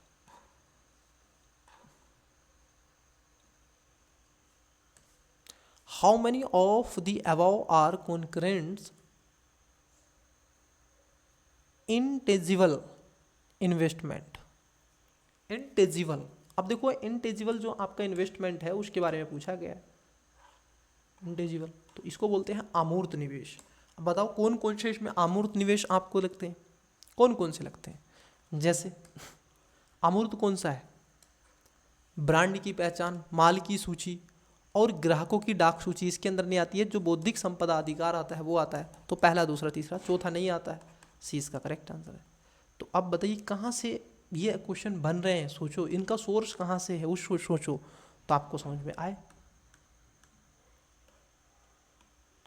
आपने अवश्य ही पढ़ा होगा 15 फाइनेंस कमीशन, पढ़ा है कि नहीं? वहाँ से क्वेश्चन बना था। अब आपको 16वां फाइनेंस कमीशन, पनगाड़िया जी बने हैं, तो ये बहुत जरूरी है। तो अभी भी क्वेश्चन बन सकता है यहाँ से। अब देखो ये क्या कह रहे हैं, आपको यहाँ पर हिंट्स दिया और क्या पूछ लिया आपसे। ये कह रहे हैं बच्चे आपसे कि निम्नलिखित पर विचार करें। समस्त कर अवक्रमण में 15वें वित्त आयोग ने उपयुक्त में से कितने को जनसंख्या, क्षेत्रफल और आय अंतरण के अलावा निष्कर्ष के रूप में प्रयुक्त किया? अब देखो बच्चे यहाँ पर क्या है, एलिमेंट मेथड यूज नहीं होगा, है कि नहीं। अब देखो 15वें वित्त आयोग ने क्या किया, स्थिर सरकार की बात करी? नहीं। शासन सुधार की बात करी? नहीं। क्या कर राजकोषीय प्रसार की बात करी? जी हाँ। वन और पारिस्थितिकी की बात करी? जी हाँ। जनसंख्या के निष्पादन की बात करी? जी हाँ। तो आप कहोगे फिर और क्या कहा, और आपके जो क्षेत्रफल है और आय है इसकी भी बात करी थी। तो यहाँ पर कितने हो गए? 3 आपके सही हैं इसमें, ठीक है। कितने सही हैं? 3 आपके सही हैं। तो सॉरी 3 सही है ना इसमें, तो बी इसका राइट आंसर होगा, बी। चलिए तो एक बार अब देखो इस पर क्वेश्चन शायद ही बने, क्योंकि यहाँ से क्वेश्चन कई बार पूछ चुका है। पूछ रहे हैं निम्नलिखित आधुनिक संरचना क्षेत्रकों पर विचार करें। आधुनिक संरचना जो क्षेत्र हैं उस पर क्वेश्चन आपसे पूछा जा रहा है। और क्वेश्चन कह रहे हैं उपयुक्त कितने OPS आधारित संरचना और नवाचार में धारणीयता निवेश पहल, जिसको 3S3I के नाम से जाना जाता है। अब देखिए 30 नंबर का क्वेश्चन को जरा पढ़ें तो आपको चीज़ें समझ में आए भी। क्या है ये? कह रहे हैं किफ़ायती आवास, सर्वधारण द्रुत परिवहन मतलब कि मास रैपिड ट्रांसपोर्ट, स्वस्थ देखभाल, पुनर्नवीकरणीय ऊर्जा, बताओ कौन से है इसमें? कौन सा? Sustainable investment in infrastructure and innovation. देखो अगर आप इसमें गारंटी के साथ, ये तो हो गई होगा सर्वधारण जो आपका द्रुत परिवहन होना चाहिए, स्वस्थ देखभाल नहीं आता है, किफ़ायती अगर आवास हो, ऐसे आवास जो इसके अंतर्गत आए तो बिल्कुल। तो यहाँ पर क्या हो जाएगा? 3 इसमें आपके सही हो जाएंगे। ठीक है, कितने सही हो जाएंगे? 3 इसमें सही हो जाएंगे आपके। तो निवेशकों को ध्यान केंद्रित करता है ये। निवेशकों को अगर निवेश आएगा तो कहाँ से आएगा? किफ़ायती अगर आवास हो वहाँ पर, ठीक है, और पुनर्नवीकरण हो, ट्रांसपोर्ट हो वहाँ पर, तो ये तो 100% करेगा। स्वास्थ्य देखभाल पर इतना नहीं आता है इन्वेस्टमेंट, ध्यान रखो। इन्वेस्टमेंट के लिए इंफ्रास्ट्रक्चर होना बहुत ज़रूरी है। अब विधि की सामूहिक प्रक्रिया ये मैंने करवा दी है पहले ही। ठीक है, पॉलिटी का एक ही क्लास ली थी मैंने, एक ही में करवा दिए थे। चलिए और देखते हैं क्वेश्चन क्या पूछे हैं आपसे। ये सब पॉलिटी के क्वेश्चन है कुछ। ये क्वेश्चन 2023 का भी चाहिए क्वेश्चन पेपर, जिसमें हम ये देख रहे हैं आपसे कि इकोनॉमी के कितने क्वेश्चन आए हैं और कहाँ कहाँ से क्वेश्चन आए हैं, किस किस सेक्टर से क्वेश्चन पूछे गए हैं। ठीक है, इकोनॉमी जब आप पढ़ते हैं तो कौन कौन से टॉपिक से क्वेश्चन आपके मिलते हैं। थोड़ा सा इसमें क्या है कि टाइम लगता है। अब एक तो है कि मैं निशान लगा लूँ, मैं ऐसा नहीं करता हूँ। ठीक है, मैं ऐसा कतई नहीं करता हूँ। फिर तो नहीं तो आपको कि सर आप तो निशान लगा के आगे, और मैं आपके सामने नहीं करता हूँ अच्छी जो भी करता हूँ, मेरा अपना है। ठीक है, आपको कि सर दिखते तो नहीं हो आप बच्चे, थोड़ी सी आप समझ सकते हैं। कैमरा मेरा एक है कि मैं डिजिटल बोर्ड के समक्ष आपके समक्ष आऊँ तो बेटर, लेकिन जितना जल्दी हो सकेगा हम कर रहे हैं उसी पर भी। प्रीलिम्स के बाद में आपके लिए बहुत सारी चीज़ें हम देंगे। ठीक है, और हम स्वयं क्लास लेकर के मैं आऊँगा आपके लिए। क्वेश्चन और भी हैं क्या? बस यही क्वेश्चन थे शायद इकोनॉमी से, और क्वेश्चन नहीं है बच्चे, फिर भी देख लेते हैं। अगर होंगे तो अभी आपके समक्ष दिख जाएगा, अन्यथा नहीं होगा तो फिर 2024 में देखेंगे क्वेश्चन कहाँ से पूछे गए थे, और है कि नहीं। चलिए देख लेते हैं, और क्वेश्चन होगा तो एक दो बता देंगे। देखो एक क्वेश्चन ये था MSME सेक्टर से, इसको एक बार पढ़ लीजिएगा, क्योंकि अभी 2024 के जो 25-26 का बजट आया है, बजट जो आपका 25-26 का है, तो उसको बच्चे एक बार आवश्यक रूप से पढ़ लें, है ना। तो उसमें इसकी चर्चा है, क्योंकि इसको अभी संशोधन किया गया है, और इनको क्या है कि सरकार और एक्सपेंड, ठीक है, कर रही है, इनकी शक्ति को और विस्तार देने का प्रयास कर रही है। ये कह रहे हैं सूक्ष्म लघु और मध्यम उद्यम विकास MSME डी अधिनियम 2006 के अनुसार जिनके संयंत्र और मशीनरी में निवेश 15 करोड़ से 25 करोड़ रुपए है। ये गलत है। मैंने कहा UPSC जब आपको कोई डाटा दे बस थोड़े से स्मार्टनेस दिखा दो अपनी उसमें, ये गलत है। ठीक है, ये लगभग आपका 20 है। कितना है? 20 है, तो पहला गलत है। सूक्ष्म जो MSME है उनके लिए दिए गए सभी बैंक प्राथमिक क्षेत्र, बिल्कुल जो आपने देखा ना प्राइमरी सेक्टर लैंडिंग जो होता है PSL, समझते हैं कि नहीं, तो 40% आपको बैंकों को रखना होता है। ठीक, तो यहाँ पर दूसरा जो स्टेटमेंट है ये सही हो जाएगा, मतलब कि B। Got it. चलिए केंद्रीय बैंक डिजिटल मुद्राओं के संदर्भ में, अब देखो जैसे ₹, भारत का था तो डिजिटल मुद्राओं को लेकर के है, जैसे US डॉलर या WIFT प्रणाली का प्रयोग बिना डिजिटल मुद्रा भुगतान करना संभव है। बिल्कुल आप कर सकते हैं सर बिना डिजिटल। कोई डिजिटल मुद्रा इसके अंदर प्रोग्रामित प्रतिबंध जैसे कि इसके व्यय के समय ढांचे के साथ वितरित किया जा सकता है। हाँ बिल्कुल किया जा सकता है, क्योंकि ब्लॉकचेन टेक्नोलॉजी पर ही आधारित होता है, तो C इसमें करेक्ट आंसर हो जाएगा, मतलब कि दोनों। एक शब्द है बच्चे बीटा, ये बहुत ही अच्छा टर्मिनोलॉजी है जो पूछा गया था। ये नया शब्द था, किसी को नहीं पता था, किसी ने रिस्क लिया, किसी ने नहीं लिया। अब जिसने रिस्क लिया और सही लगाया, तो देखो कैसे रिस्क लेना था इसमें। अलग अलग प्लेटफॉर्मों, क्योंकि अब ये एक ऐसा तो नहीं है कि आपको मस्तिष्क में आ जाना चाहिए था, ऐसे क्वेश्चन को मैं आपको रिकमेंड करूँगा छोड़ देना। अगर ऐसा क्वेश्चन पढ़े, आपने नहीं पढ़ा और ऐसा क्वेश्चन आया तो स्किप को, उसको ऐसे हाथ जोड़ के थोड़ा सीध झुका ला करो उसके आगे। भारतीय कल्चर है तो इसलिए भी बोल रहा हूँ, नहीं तो जय हिंद बोलकर या फिर उसको नमस्ते, अच्छा बाद में आप क्षमा कीजिए, आप नहीं हो पाओगे हमसे, तो क्योंकि आपने नहीं पढ़ा। तुक्का मारना है तो मान लो भाई, वो तो तुक्का ऐसा ही भी हो सकता है, गलत भी। तो देखो यह एक संख्यात्मक मान जो कि पूरे स्टॉक बाजार में होने वाले परिवर्तन के प्रति किसी स्टॉक के विचलनों को मापता है। तो ये क्या है, डी इसका करेक्ट आंसर हो जाएगा। ठीक है, यूपीएससी का प्रीलिम्स हर बार आपके सिलेबस को और बढ़ा के चला जाता है, ये ध्यान में रखना।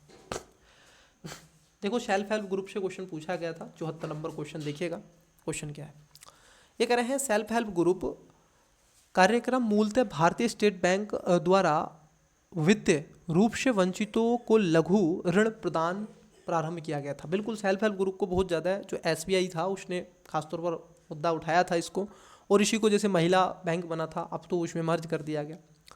किसी SHG मतलब कि सेल्फ हेल्प ग्रुप जो कि समूह की सभी सदस्य, देखो सभी सदस्य उस ऋण के लिए उत्तरदायी लेते हैं जो ऋण कोई अकेला सदस्य लेता है। तो यहाँ पर जो है ये सभी जो है ये गलत है। क्षेत्रीय ग्रामीण बैंक जो होते हैं और जो आपके अनुसूचित वाणिज्य बैंक MSME के लिए समर्थित होने, बिल्कुल ये समर्थन देते हैं। तो सही पूछा है, इसमें दो सही हैं, मतलब कि बी इसका करेक्ट आंसर हो जाएगा। देख लो शब्द यहाँ पर कुछ है ना, अतिशयोक्ति करते हैं सभी, कुछ शब्दावली होती है बच्चे, यही आपको औरों से स्मार्टनेस दिखाती है, कई सारी चीज़ें यही चीज़ें होती हैं, और क्या ही है बताओ। ये रिपोर्ट वगैरह है, रिपोर्ट नहीं कर रहे हम यहाँ पे, IR वाले में हम कर लेंगे, एक ले लेंगे IR का, ये भी IR का है, JB भी था वगैरह से क्वेश्चन था। ये भारतीय इतिहास पर क्वेश्चन था, ये ध्वज पर क्वेश्चन आया था 84 नंबर, संविधान से ठीक ठीक क्वेश्चन आए थे। क्वेश्चन नंबर आप देखिएगा ये 86,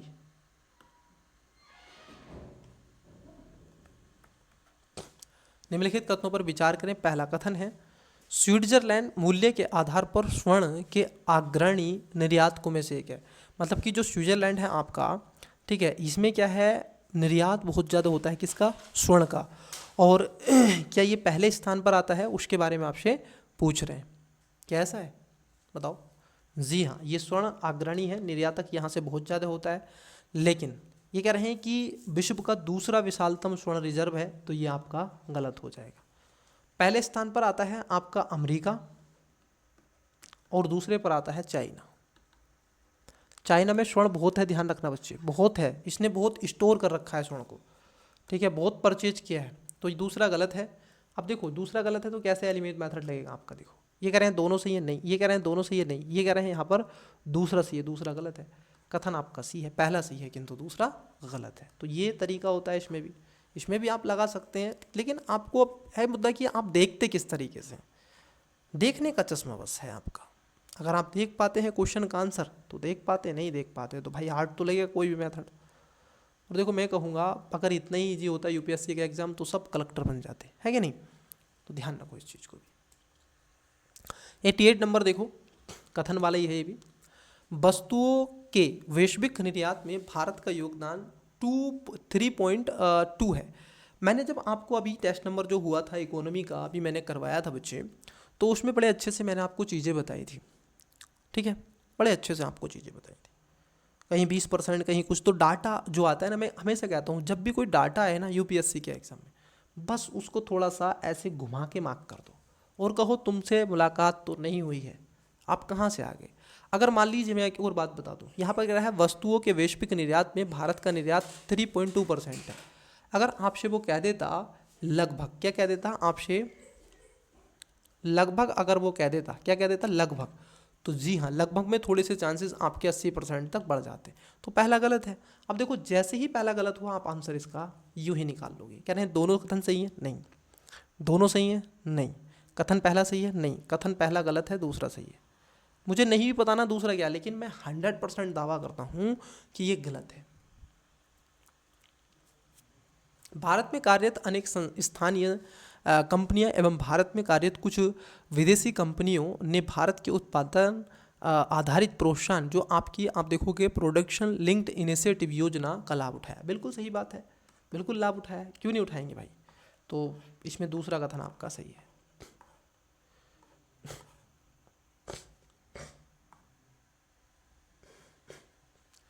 नवासी नंबर का क्वेश्चन देखो, यूरोपीय संघ का स्थिरता एवं समृद्धि समझौता मतलब कि स्टेबिलिटी एंड ग्रोथ पैक्ट ऐसी संधि है जो, अब जरा समझो ये कैसी संधि है। देखो ये संधि क्यों है, क्योंकि ये कह रहे हैं कि यूरोपीय संघ के देशों के बजट के घाटे के स्तर को सीमित करती है। क्या ये बजट या घाटे को सीमित करने का प्रयास करेगी या नहीं। यूरोपीय संघ के देशों के लिए अपनी आधारिक संरचना सुविधाओं को आपस में बांटना शुकर बनाती है। यूरोपीय संघ के देशों के लिए अपनी प्रौद्योगिकी को आपस में बांटना शुकर बनाती है। देखो बच्चे, जब भी कोई भी आपका यूरोपीय संघ के देशों के लिए अपनी आधारित संरचना सुविधाओं, नहीं ये आधारित संरचना सुविधा नहीं है, ये खासतौर पर जो घाटा है बजट फाइनेंशियल को वहाँ पर करती है, क्योंकि यूरोपियन यूनियन में यूरो चलता है, ये ध्यान में रखो। क्या चलता है, यूरो आपका चलता है, और उस यूरो के ही अनुकूल चीज़ें होती हैं। तो यहाँ पर क्या हो जाएगा, पहला सही है, बाकी के ये दोनों गलत हैं। ठीक है, चलिए नेक्स्ट क्वेश्चन देखते हैं। होमगार्ड से क्वेश्चन पूछा था।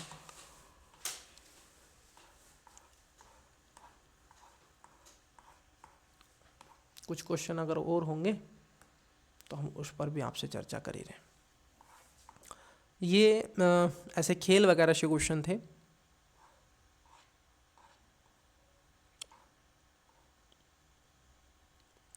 डोनबास, काचीन, टिग्रे, टिग्रे याद है, टिग्रे, टिग्रे जो रीजन है, टिग्रे टिग्रे टिग्रे, बताइए कि टिग्रे कहाँ पर है।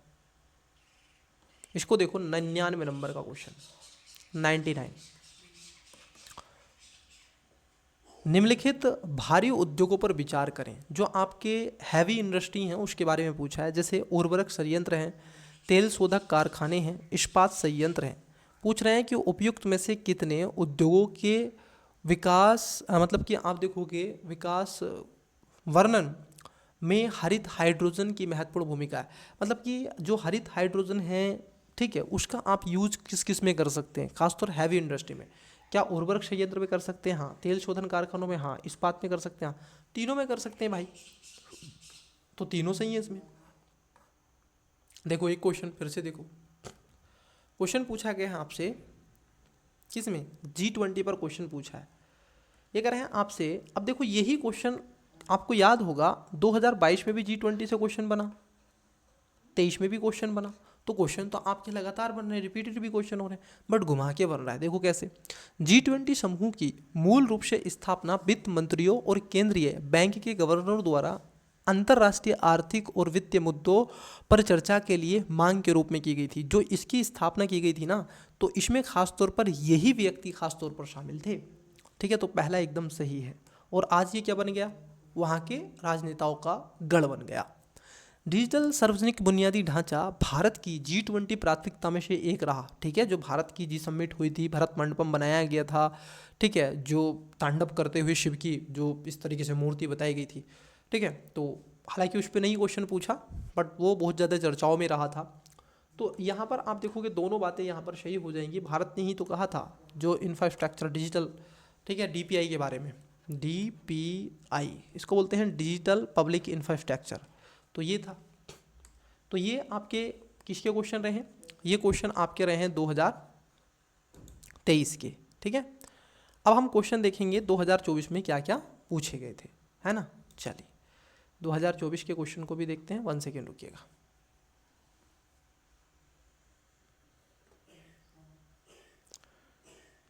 दो 2024 के क्वेश्चन भी अभी आपके साथ में हम देखते हैं। ये 23 का है, 24 का देखिएगा। 24 का क्वेश्चन आपकी स्क्रीन पर आपको दिख रहा है। इसमें हम आपसे जो चर्चा कर रहे हैं बच्चे, वह चर्चा जो हो रही है हमारी, वो क्या चर्चा है, वो खास तौर पर जो चर्चा है इकोनॉमी के क्वेश्चन को हम देख रहे हैं। ठीक है, इकोनॉमी के क्वेश्चनों को हम खास तौर पर देखने का प्रयास आपसे कर रहे हैं। तो 2024 में देखेंगे इकोनॉमी से कौन कौन से कितने क्वेश्चन पूछे गए थे। चलिए देखिए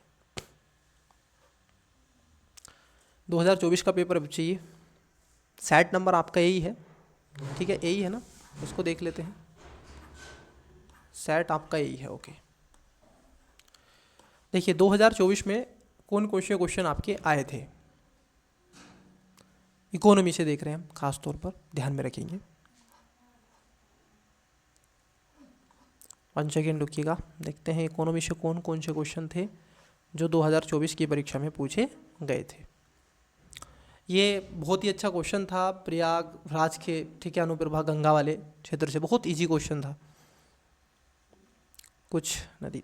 लेकिन 2024 का पेपर थोड़ा सा तेज से इन्होंने इजी किया था, परंतु इसको इजी ना कहेंगे, अच्छा क्वेश्चन, बिल्कुल बहुत बढ़िया पेपर था ये। हार्ड भी रखोगे इसको, इजी तो कहोगे नहीं, ये बात है। आपको कुछ क्वेश्चन इजी लगेंगे बट नीचे उसको टाइट कर दिया गया पेयर में बना करके क्वेश्चन को, ये भी ध्यान रखना है।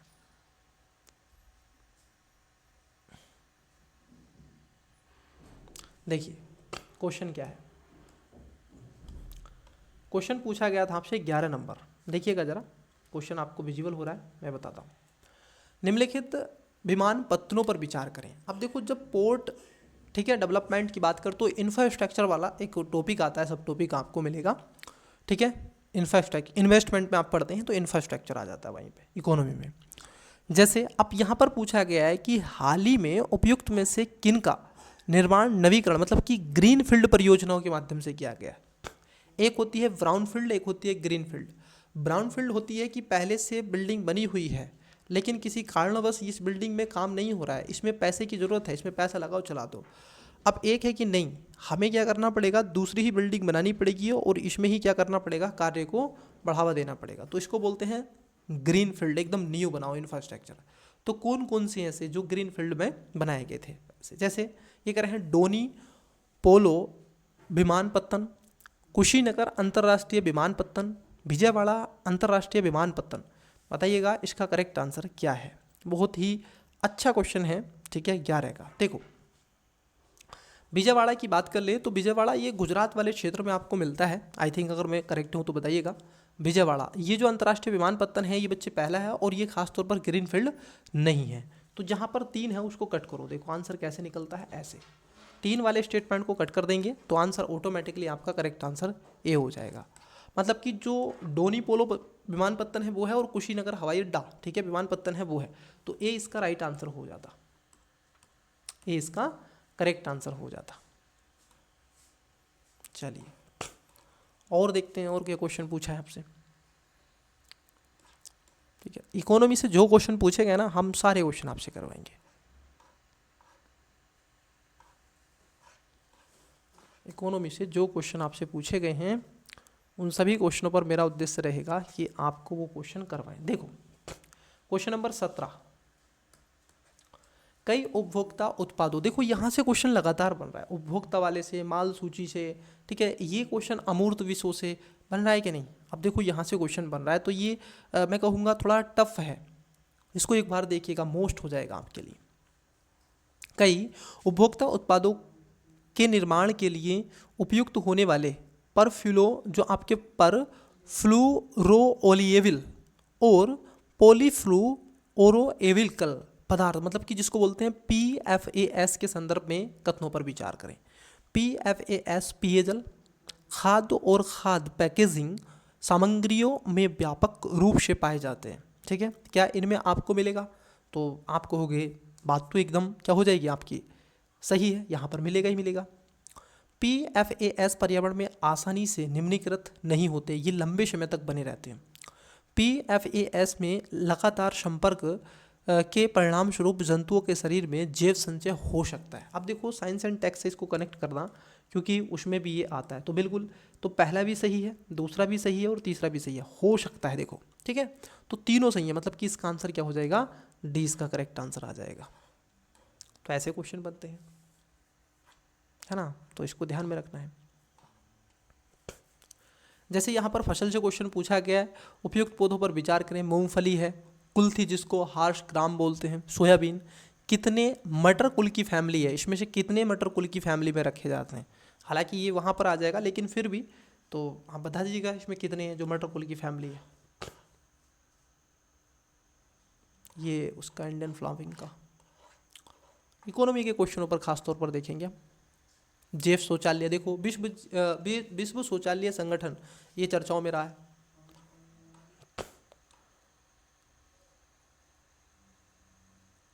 पर्यावरण प्रदूषण से क्वेश्चन पूछा गया।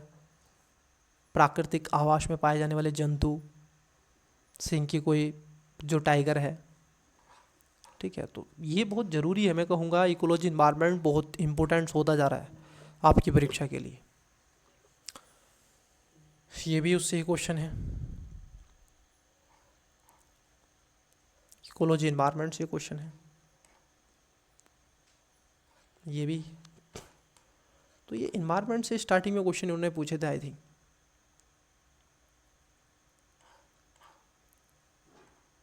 ओके ओके ओके, देख रहे हैं कुछ क्वेश्चन लास्ट में है शायद, इन्होंने बीच में शायद 50 के आसपास क्वेश्चन होंगे, मुझे ऐसा लगता है।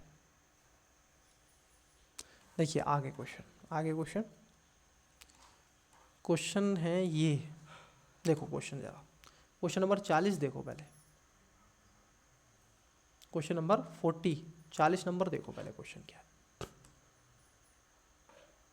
विजुअल हो रहा, और जूम कर देते हैं, अब आपको पूर्ण रूप से क्वेश्चन विजुअल हो रहा। देखिएगा क्वेश्चन नंबर 40, भारतीय अर्थव्यवस्था के संदर्भ में संपार्श्विकृत उधार लेन देन संबंधी दायित्व निम्नलिखित में से किसके लिखित इंस्ट्रूमेंट होते हैं? बॉन्ड बाजार, विदेशी मुद्रा बाजार या शेयर स्टॉक बाजार। क्वेश्चन नंबर है 40, बताओ। ये कह रहे हैं कि कौन से संपार्श्विकृत, ठीक है, संपार्श्विकृत, तो किससे होते हैं ये लेन देन संबंधी उधार? आप किससे क्या लोगे भाई? आप लेते हो मुद्रा, मतलब कि मनी, ठीक है, किससे संबंधित है ये? मुद्रा बाजार से संबंधित है। तो यहां से क्वेश्चन बना, आपका क्वेश्चन यहां बना, और देखिएगा आपका क्वेश्चन यहां पर बना। क्वेश्चन नंबर देखिएगा 41, ये कह रहे हैं कि किसी अर्थव्यवस्था में कुल प्रजनन दर को किस रूप में परिभाषित किया जाता है? जो आपकी कुल प्रजनन दर है अर्थव्यवस्था में, कैसे आप उसको परिभाषित करोगे, ठीक है, उसके लिए क्या आपका क्राइटेरिया रखा जाता है? ये कह रहे हैं कि एक वर्ष में जनसंख्या के प्रति 1000 व्यक्तियों पर जन्म लेने वाले बच्चों की संख्या, क्या इस पे ये आता है? नहीं, ये तो बकवास कर रहा है। किसी दी गई जनसंख्या में एक दंपत्ति के जीवन काल में जन्मे बच्चे, ये भी नहीं आता है। ये कह रहे हैं आपसे कि जन्म दर घटा मृत्यु दर, नहीं।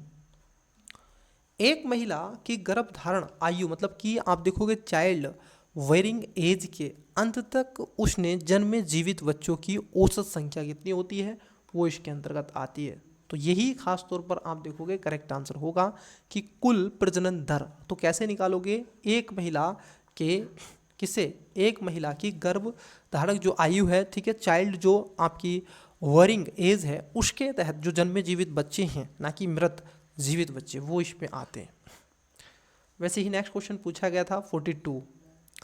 अब देखिए जरा इसको, क्वेश्चन नंबर 42 को, पहला स्टेटमेंट है कि भारत में गैर बैंकिंग वित्त कंपनियां भारतीय रिजर्व बैंक की चल निधि समायोजन सुविधा विंडो का लाभ उठा सकती हैं। क्या ये कंपनियां इसमें लाभ उठाएंगी? तो आप कहोगे हाँ बिल्कुल उठाएंगी। भारत में विदेशी संस्थागत निवेशक सरकारी प्रतिभूति जी-सैक धारक बन सकते हैं, क्या वह भी, उनको भी धारक बनने का आप देखोगे योगदान है? जी हाँ, पहले नहीं बनते थे, लेकिन अब उनके लिए ये भी मार्ग खोल दिया गया है। भारत में शेयर बाजार, स्टॉक एक्सचेंज ऋणों के लिए पृथक व्यापारिक मंच, मतलब कि ट्रेडिंग प्लेटफॉर्म प्रदान कर सकते हैं, बिल्कुल ये भी कर सकते हैं। तो तीनों इसमें सही है। मैंने कहा बैंकिंग सेक्टर से क्वेश्चन बनता है, ठीक है, तो देखो बहुत ज़रूरी है। सॉरी, इसमें जो पहला स्टेटमेंट है उसको देखो पहले। सॉरी,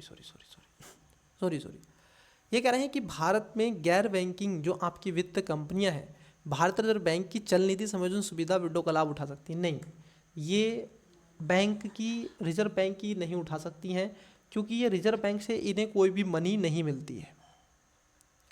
जितनी भी NBFC हैं, ठीक है। नॉन बैंकिंग फाइनेंशियल जो कंपनी होती हैं ये पैसा मार्केट से लेती हैं, ठीक है। कहाँ से लेती हैं?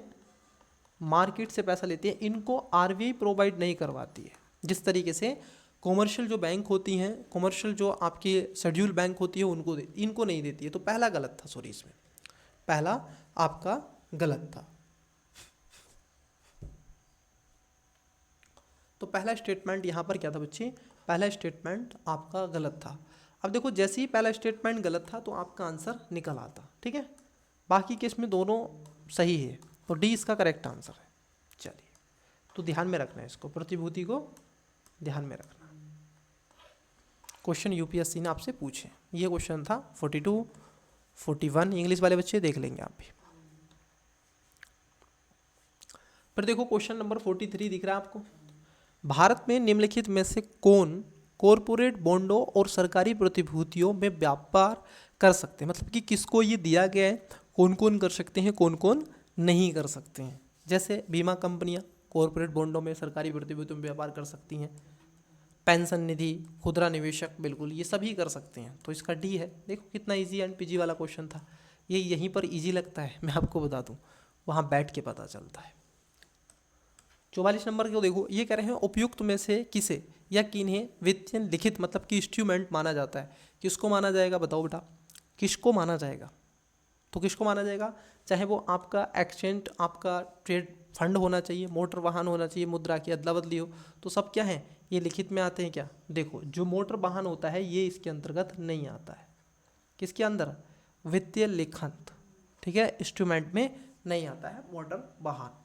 तो यहाँ पर जो आपका 2 है उसको कट कर दो, तो करेक्ट आंसर डी है, ठीक है। 1 और 3 मुद्रा की अदला बदली आएगी 100%, और जो आपके ETF है, एक्सचेंज जो ट्रेड फंड है, वो भी आएगा, लेकिन मोटर वाहन नहीं आएगा, ये इसके अंतर्गत, ठीक है, लिखित इंस्ट्रूमेंट में।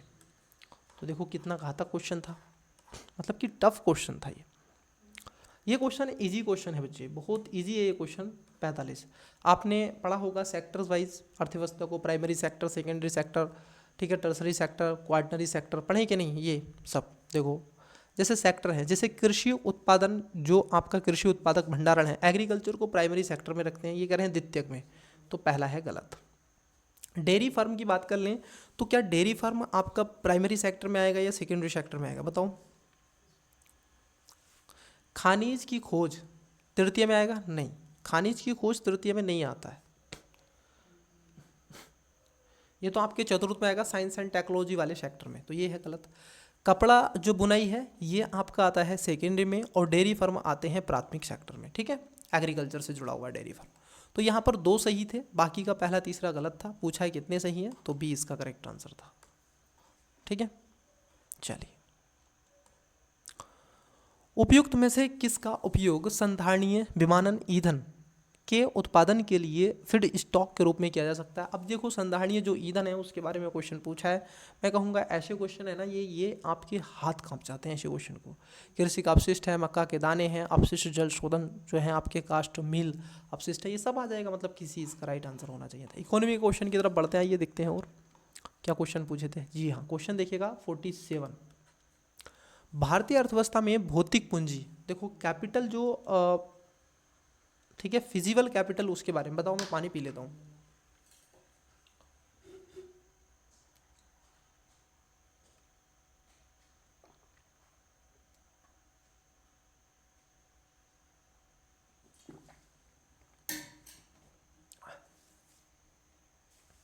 देखो भौतिक पूंजी की बात कर रहे हैं, जैसे वस्तु है और श्रेणी है, पूछा कितने सही हैं।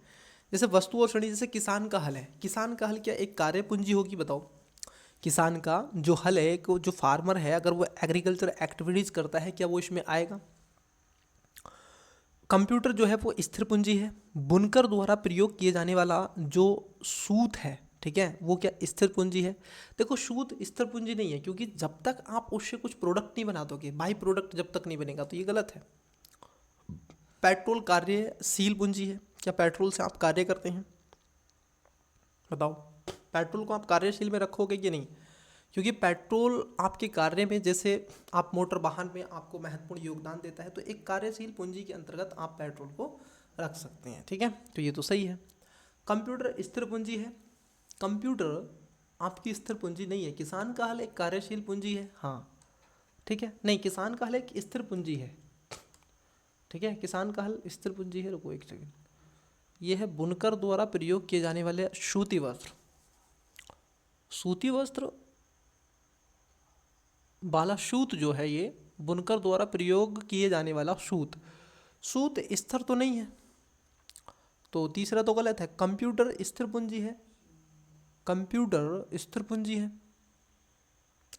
किसान का हल कार्य, देखो कंप्यूटर एक कार्यशील पूंजी है बच्चे, और किसान का हल एक स्थिर पूंजी है।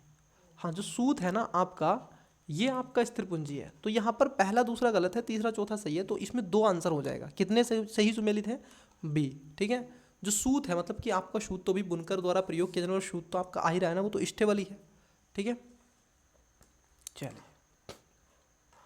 देखिए, क्वेश्चन बड़ा ही अच्छा है। ये क्वेश्चन है 3D आभास के बारे में, वर्चुअल दुनिया के बारे में। वाह, 48 क्वेश्चन को पढ़ें और राइट आंसर दें। ये कह रहे हैं निम्नलिखित में से कौन सा शब्द वाक्यांश का उपयोग 3D आभासी वर्चुअल दुनिया के एक इंटरऑपरेबल नेटवर्क जिसे ऐसे लाखों प्रवक्ताओं द्वारा एक साथ एक्सचेंज किया जा सकता है जो आभासी वर्चुअल वस्तुओं पर संपत्ति के अधिकारों का प्रयोग कर सकते हैं, को घोषित करने के लिए सर्वाधिक उपयुक्त रूप से किया जाता है? बताओ, बढ़िया क्वेश्चन था ये। कई बच्चों ने इस पर क्रिप्टोग्राफी की बात करी थी, कई बच्चों ने करी थी, लेकिन ये होता है बच्चे मेटावर्स, ठीक है। क्या है ये? मेटावर्स की बात यहाँ पर की जाती है। क्वेश्चन नंबर देखिएगा 49, 49 नंबर आपको क्वेश्चन दिख रहा होगा। विदेशी बैंकों के साथ व्यवहार करते समय भारतीय रिजर्व बैंक द्वारा अधिरोपित नियमों के द्वारा निम्नलिखित कथनों में से विचार करें। अब देखो, विदेशी बैंकों को भारत के कॉन्टेक्स्ट में आपसे पूछा जा रहा है। भारत में पूर्ण स्वामित्व वाले सहायक बैंकों, बैंकिंग सब्सिडियरियों के लिए कोई न्यूनतम पूंजी की आवश्यकता नहीं होती है। ये कह रहे हैं कि उसको कोई ज़रूरत ही नहीं है। बताइए, क्या ऐसा है क्या? नहीं, उसको होती है, वो सब्सिडी देते हैं, ये गलत है। तो 100% आपका क्या हो गया? देखो, पहला गलत हो गया, तो आंसर सी नहीं होगा, आंसर ए नहीं होगा। भारत में पूर्ण स्वामित्व वाले सहायक बैंक मतलब कि बैंकिंग सब्सिडियरियों के लिए बोर्ड सदस्यों के कम से कम 50% भारतीय नागरिक होने चाहिए, ठीक है। ये विदेशी बैंकों के बारे में है, तो यहाँ पर क्या हो जाएगा? बी इसका करेक्ट आंसर हो जाएगा, ठीक है। तो एक बार आप बैंकिंग सेक्टर को जब आप पढ़ें तो आप एक्सटर्नल सेक्टर भी पढ़ें उसका, ठीक है, उसके बारे में भी जानें। ये पूछा गया आपसे, भारत में नियमित सामाजिक उत्तरदायित्व मतलब कि CSR के नियमों का संदर्भ, CSR के बारे में पूछा गया है। इजी था ये तो क्वेश्चन 50 का। CSR जो आपके नियम हैं वो निर्दिष्ट करते हैं कि सीधे कंपनी अथवा इसके कर्मचारियों को लाभ पहुंचाने वाले व्यय को CSR जो आपके लाभों के रूप में नहीं जाना जाएगा, मतलब कि वो इसके अंतर्गत नहीं रखे जाएंगे। बात एकदम सही है। CSR और CSR नियम CSR कार्यकलापों पर होने वाले न्यूनतम व्यय को विनिर्दिष्ट नहीं करता है। नहीं बच्चे, वो करता है, ठीक है। तो ये सेकंड वाला स्टेटमेंट गलत है, पहला वाला स्टेटमेंट सही है। तो ऐसे क्वेश्चन भी आपके पूछे गए हैं, ठीक है, जो आपके CSR है, ठीक है। सामाजिक आपकी रिस्पॉन्सिबिलिटी बनती है, क्योंकि समाज से देखो, आप कोई भी कंपनी है तो वो समाज से ही तो पैसे कमा रही है ना, तो समाज से देखो, ये डॉलर पे क्वेश्चन फिर से पूछ लिया, अब की बार भी क्वेश्चन आ सकता है डॉलर पर, ठीक है। चलिए देखिए, यदि संयुक्त राज्य अमेरिका USA अपने ऋण पर चूक करता है तो USA ट्रेजरी बॉन्ड को धारक भुगतान प्राप्त करने के लिए अपने दावों का प्रयोग नहीं कर पाएंगे, ठीक है। क्या नहीं कर पाएंगे? अपने दावों के प्रयोग नहीं कर पाएंगे। क्या बात सही है? बताओ। नहीं, ठीक है, ये बात गलत है। USA सरकार द्वारा ऋण कोई मूर्त मतलब कि हाई आपकी परिसंपत्तियों द्वारा समर्थित नहीं है, बल्कि केवल सरकार के विश्वास से समर्थित होती है। सही बात है। तो यहाँ पर आप देखोगे पहला स्टेटमेंट पहला स्टेटमेंट गलत है, ठीक है। पूछा दोनों सही है, नहीं, तो ये तो इजी एंड पीजी वाला क्वेश्चन हो गया, ठीक है। तो क्या रहे? पहला सही है, नहीं, पहला गलत है, तो डी इसका राइट आंसर है। तो बॉन्ड मार्केट पर क्वेश्चन बनता रहता है, तो एक बार बॉन्ड मार्केट को भी आवश्यक रूप से देखें।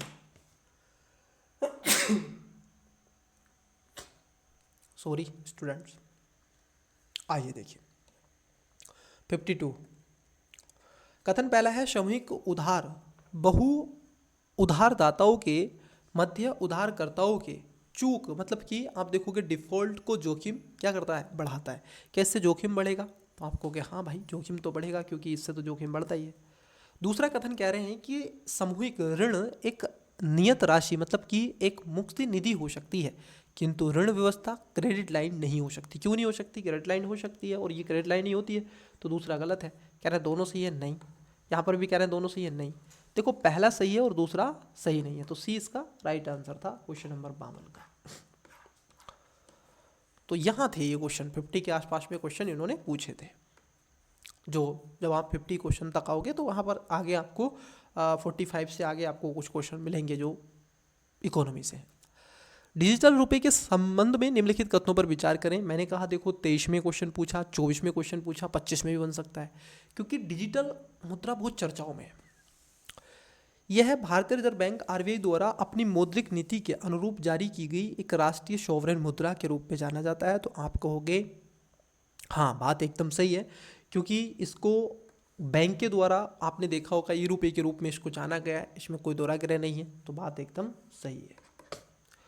यह आरबीआई के तुलन पत्र, मतलब कि बैलेंस शीट पर देयता के रूप में दिखाई देता है। क्या उसके रूप में दिखाई देता है, तो आप कहोगे हाँ दिखाई देता है।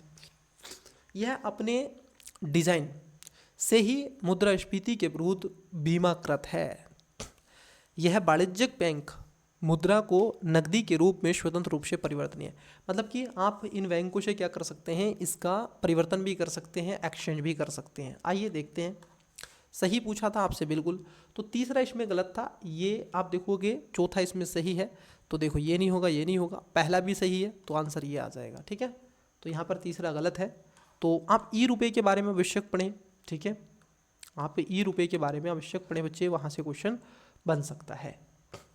क्वेश्चन 54, प्राचीन भारत के अब ये सॉरी बुद्ध के बारे में पूछा था और ये बड़ा अच्छा था, गौतम बुद्ध। ठीक है, जब आप एक क्रेज़ होता है बच्चे, जब एग्ज़ाम हॉल से बाहर निकलते हैं तो कई 50% क्वेश्चन आपके सोल्व होते हैं, कई नहीं होते हैं, तो सारी चीज़ें।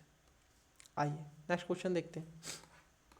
इकोनॉमी से रिलेटेड और भी क्वेश्चन पूछे गए होंगे तो उनको करेंगे ज़रूर।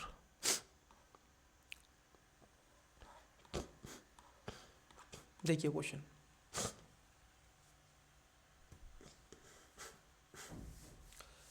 इसको आप हिस्ट्री में भी रख सकते हैं, लेकिन चलिए मैं इकोनॉमी में सोल्व करवा देता हूँ। क्वेश्चन नंबर 57, कॉर्नवालिस द्वारा राजस्व संग्रह के संदर्भ में निम्नलिखित कथनों पर विचार करें। जमींदारी व्यवस्था आपने पढ़ी होगी। ठीक है, 1793। ये कह रहे हैं राजस्व संग्रह के रैयतवाड़ी बंदोबस्त के अधीन किसानों को फसल खराब होने पर प्राकृतिक आपदाओं की स्थिति में भू राजस्व भुगतान से छूट की गई। अब जरा समझना, देखो यहाँ पर कॉर्नवालिस है और यहाँ पर है रैयतवाड़ी व्यवस्था। इसने रैयतवाड़ी व्यवस्था को शुरू नहीं किया था, पहली बात तो। कुछ पिक्चर बन पा रही है, हिस्ट्री के स्टूडेंट्स हैं आप, तो हिस्ट्री में आपको कुछ चीज़ समझ में आ रही है, तो ये तो गलत है। ये तो मैं कहूँगा कि ये 100% गलत है। कैप्टन रीड को याद कीजिए। ठीक है, और ये 1820 के आसपास है रैयतवाड़ी व्यवस्था, फिर महालवाड़ी आती है। दूसरे में कह रहे हैं कि बंगाल स्थायी बंदोबस्त, हाँ अब देखो सही है, ये जमींदारी बंदोबस्त को स्थायी बंदोबस्त भी कहते हैं। बंगाल स्थायी बंदोबस्त के अधीन यदि जमींदार नियत स्थिति पर या उससे पहले राज्य को राजस्व का भुगतान करने में विफल रहता तो उसे उसकी जमींदारी से हटा दिया जाता। ये बिल्कुल एकदम खास तौर पर ऐसी उठा करके उन्होंने स्पेक्ट्रम से ये क्वेश्चन पूछा है, खास बिल्कुल स्पेक्ट्रम से। ये लाइन एकदम सही है। तो यहाँ पर आप देखोगे जो करेक्ट आंसर है वो ऑप्शन नंबर आपका 2 सही है। इसमें कुछ समझाना बुझाना तो है ही नहीं। चलिए नेक्स्ट क्वेश्चन देख लेते हैं। मेरे को कोल्ड हुआ है आई थिंक स्टूडेंट्स, खैर वो अपनी जगह है, कोल्ड अपनी जगह है कि नहीं। ये बहुत अच्छा क्वेश्चन था। यूनेस्को की अमूर्त संस्कृति विरासत में जो नवीनतम समावेश किया गया था, तो ये गरबा था। क्यों पूछा गया था, क्योंकि गरबा करते हुए कई लगभग 7 से 8 की मृत्यु हो गई थी। कौन सी नाट्यकार भास की हैं, ये बहुत ही ईजी क्वेश्चन था। ठीक है, 63 नंबर का जो क्वेश्चन है आप देखोगे आपके माध्यम ये और भी है, भिक्षुण भिक्षुणी जिन्हें चौथी संगति में, ये और भी जी। तो कई क्वेश्चन ऐसे थे जो एकदम रट्टे मार से थे, ठीक है, स्वार्थवादी जो भी नहीं आता। इतिहास में भी हम आपको बताएंगे कैसे क्वेश्चन बन रहे हैं उससे, ताकि आपको ये पता तो चले कि इतिहास आप पढ़ते हैं तो कौन कौन सी चीज़ें आती हैं। रानी की बात चर्चाओं में था, शांति निकेतन, ठीक है, यूनेस्को की सूची में शामिल संपत्तियों पर विचार कीजिए। बिल्कुल, ये होयसाल जो पवित्र मंदिर है, बोध गया स्थित महाबोधि, अब 2023 में पूछा गया था ये, ठीक है। अब मैं इतिहास पर नहीं जा रहा हूँ, तो 2023 के परिसर में आपसे पूछा। चलिए आइए देखते हैं और क्वेश्चन क्या क्या है। धन विधेयक संविधान से यहाँ पर क्वेश्चन बन रहे हैं, शायद और भी क्वेश्चन होंगे तो हम आपको आवश्यक रूप से बताएं। ये परिसीमन पर था, ठीक है। ये परिसीमन जो है आपका कितनी बार बना है, अब तक 4 बार बन चुका है, ठीक है। कई बच्चों ने 3 बार लगा दिया था एकदम, तो ऐसा ही होता है कई बार। ये पूछा गया था 71वें संविधान संशोधन 1992 में। ये कोंकणी, मणिपुरी, नेपाली थी, मैथिली इसमें नहीं थी, ये इसका आंसर है। बहुत ईजी था ये, बताओ। ये भी क्वेश्चन जो पूर्वोत्तर राज्य हैं, कई ऐसे क्वेश्चन थे यहाँ पर, जैसे सोशलिस्ट पार्टी है, कांग्रेस के ऐसे। अब देखो कई बच्चों को क्या है ना, मान लो मैं आपको एक बात बता रहा हूँ यहाँ पे, भारतीय जनसंघ श्यामाजी श्यामाजी प्रसाद मुखर्जी इनके द्वारा इसको बनाया गया था, सोशलिस्ट पार्टी CRO का। मान लीजिए मुझे पता है कि इसमें 2 थे, मान लीजिए मुझको ऐसा पता है 2 थे, लेकिन तीसरा भी था इसमें, मुझे 2 की पता। अब मैं एलिमेंट नहीं लगा सकता, पूछ रहा है कितने, या तो मैं 2 लगा दूँ, या 3 लगा दूँ, या 4 लगा दूँ। फिर ये हमारे पास एक कन्फ्यूजन यहाँ पर हो जाती है, ठीक है। फिर बच्चे के पास औपचारिकता नहीं कर पाता है वो क्वेश्चन की, फिर वो ऐसे ही रह जाता है, ठीक है। तो ये एक रीज़न इसमें है जिसका खामियाजा भुगतना कई स्टूडेंट्स को पड़ रहा है। अच्छे स्टूडेंट्स बाहर हो जा रहे हैं और बहुत स्टूडेंट्स तुक्के के बल पर भी प्रीलिम्स को क्वालिफाई कर पा रहे हैं। इसकी वजह से इससे बहुत सारी चीज़ें हो रही हैं। मुझे नहीं पता है, मान लीजिए मैंने तुक्का मार दिया 3, तो तीनों सही हो गए, बट मुझे तो, मैं अगर मैं तैयारी करके गया था और मुझे 2 स्टेटमेंट तो 100% पता थे, लेकिन उसमें तीसरा नहीं पता था, आप कह रहे हैं तीनों सही हैं। तो लेकिन अगर उसमें आप क्वेश्चन बनाते तो वहाँ एलिमेंट माध्यम से मैं क्वेश्चन का अटैम्प्ट दे सकता था। अब एक स्टूडेंट्स वो नहीं करके गया, उसने तीनों ही पेल दिए कि तीनों ही सही हैं, तो उस स्थिति में तो वो, आप समझ रहे हैं, वो कट ऑफ से कैसे बाहर निकल जाएगा, अंदर जाएगा। और हम अपने ज्ञान पर, मतलब कि 2 हमें पता था, 1 नहीं पता था, तो बस, तो ये थोड़ा सा रहता है। देखो बजट से, केंद्रीय बजट यूनियन 85 नंबर का क्वेश्चन, 85 नंबर का। देखिए क्वेश्चन क्या पूछा था। केंद्र बजट यूनियन जो आपका आता है, कह रहे हैं कि प्रधानमंत्री की ओर से केंद्र वित्त मंत्री संसद के दोनों सदनों के समक्ष वार्षिक वित्त विवरण रखते हैं। क्या प्रधानमंत्री की ओर से रखते हैं या फिर राष्ट्रपति की ओर से रखते हैं? पहले आप इस बात को डिसाइड करें खुद सेल्फ, तो आपको समझ में आए। बताओ किसकी ओर से रखते हैं, प्रधानमंत्री की या राष्ट्रपति की? राष्ट्रपति की, ठीक है। तो पहले ही गलत है, पहला गलत है तो ए नहीं होगा, सी नहीं होगा। अब आंसर डी या फिर बी। केंद्रीय यूनियन आप देखोगे स्तर पर भारत के राष्ट्रपति की अनुशंसा के बिना अनुदानों की मांग नहीं की जा सकती। सही बात है, क्योंकि अनुदानों की अगर मांग करनी है तो राष्ट्रपति के द्वारा ही की जाती है। तो यहाँ पर आपका क्या होगा, बी इसमें करेक्ट आंसर आपका हो जाएगा, ठीक है। क्या हो जाएगा, बी इसमें करेक्ट आंसर हो जाएगा। तो बजट देखो बहुत जरूरी है, बजट आप पढ़ें। ये किताब पूछ ली थी, बहुत इजी थी। मैंने जब पेपर देखा था तो इसको यूं ही मैंने बता दिया था कि इसका आंसर ये है, ठीक है। The India way, why Bharat matters, ये पुस्तक लिखी थी स्वर्णिम एस जयशंकर जो है, ठीक है, विदेश मंत्री आपके जो, तो उन्होंने ये लिखी। IAS अधिकारी रह चुके हैं, काहे ऐसे हल्के में ले रहे हो उनको? भारत सरकार में अपनी ड्यूटी दे रहे हैं विदेशी मामलों के स्तर पर।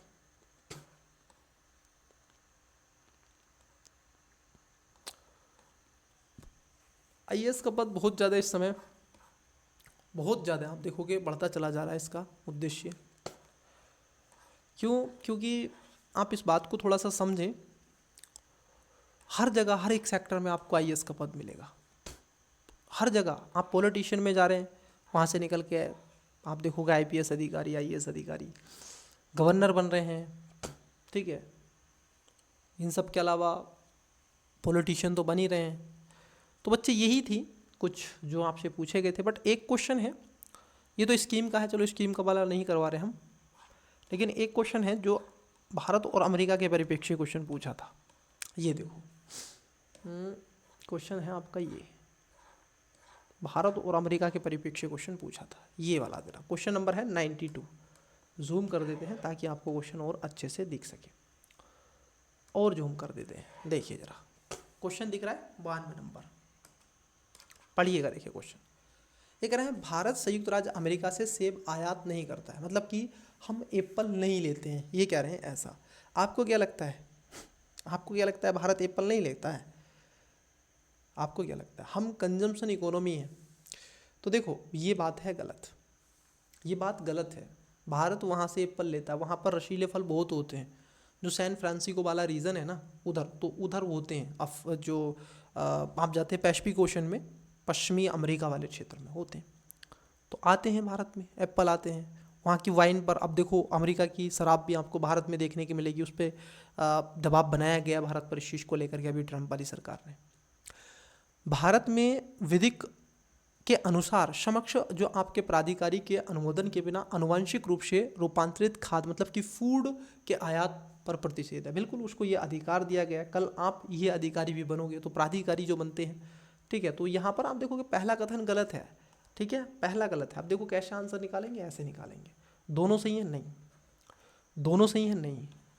पहला सही है? नहीं। पहला गलत है और दूसरा सही है, तो इसका डी आंसर हो जाएगा।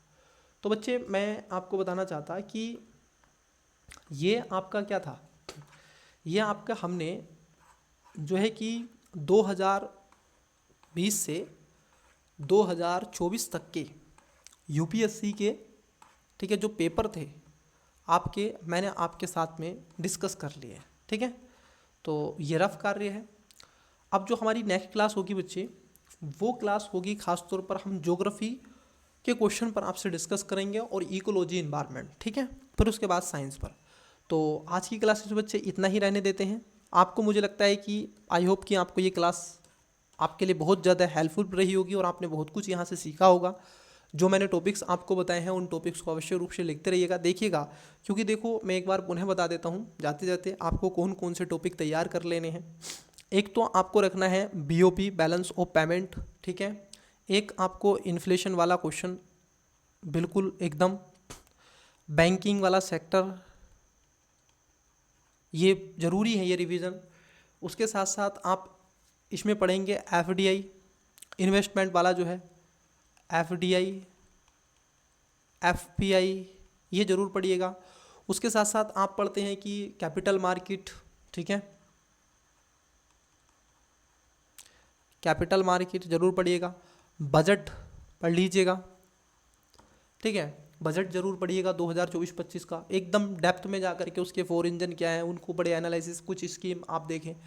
इकोनॉमी में अगर आप इतना कर लें, और बेसिक इकोनॉमी एक बार और देख लीजिएगा, क्योंकि वहाँ से भी क्वेश्चन कई बार बने हैं।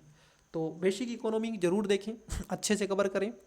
तो ये सारे टॉपिक्स हैं, ठीक है, जो आप कर सकते हैं एक्सपोर्ट इंपोर्ट पर। थोड़े से ग्रुप जो हैं आपके, उनकी रिपोर्ट्स वगैरह पढ़ लें तो आपके लिए बहुत ज़रूरी हो जाएगा। तो चलिए आज की क्लास में इतना ही रहने देते हैं बच्चे, मिलते हैं किसी और क्लासेस में किसी और टॉपिक के साथ। तब तक के लिए बेस्ट ऑफ लक, मन लगा के पढ़ते रहिएगा। चैनल को शेयर कर दीजिएगा, लाइक कर दें, वीडियो कैसी लगी फीडबैक अपना आवश्यक रूप से दें। चलिए मिलते हैं नेक्स्ट किसी टॉपिक पे, तब तक के लिए ऑल द बेस्ट, बाय।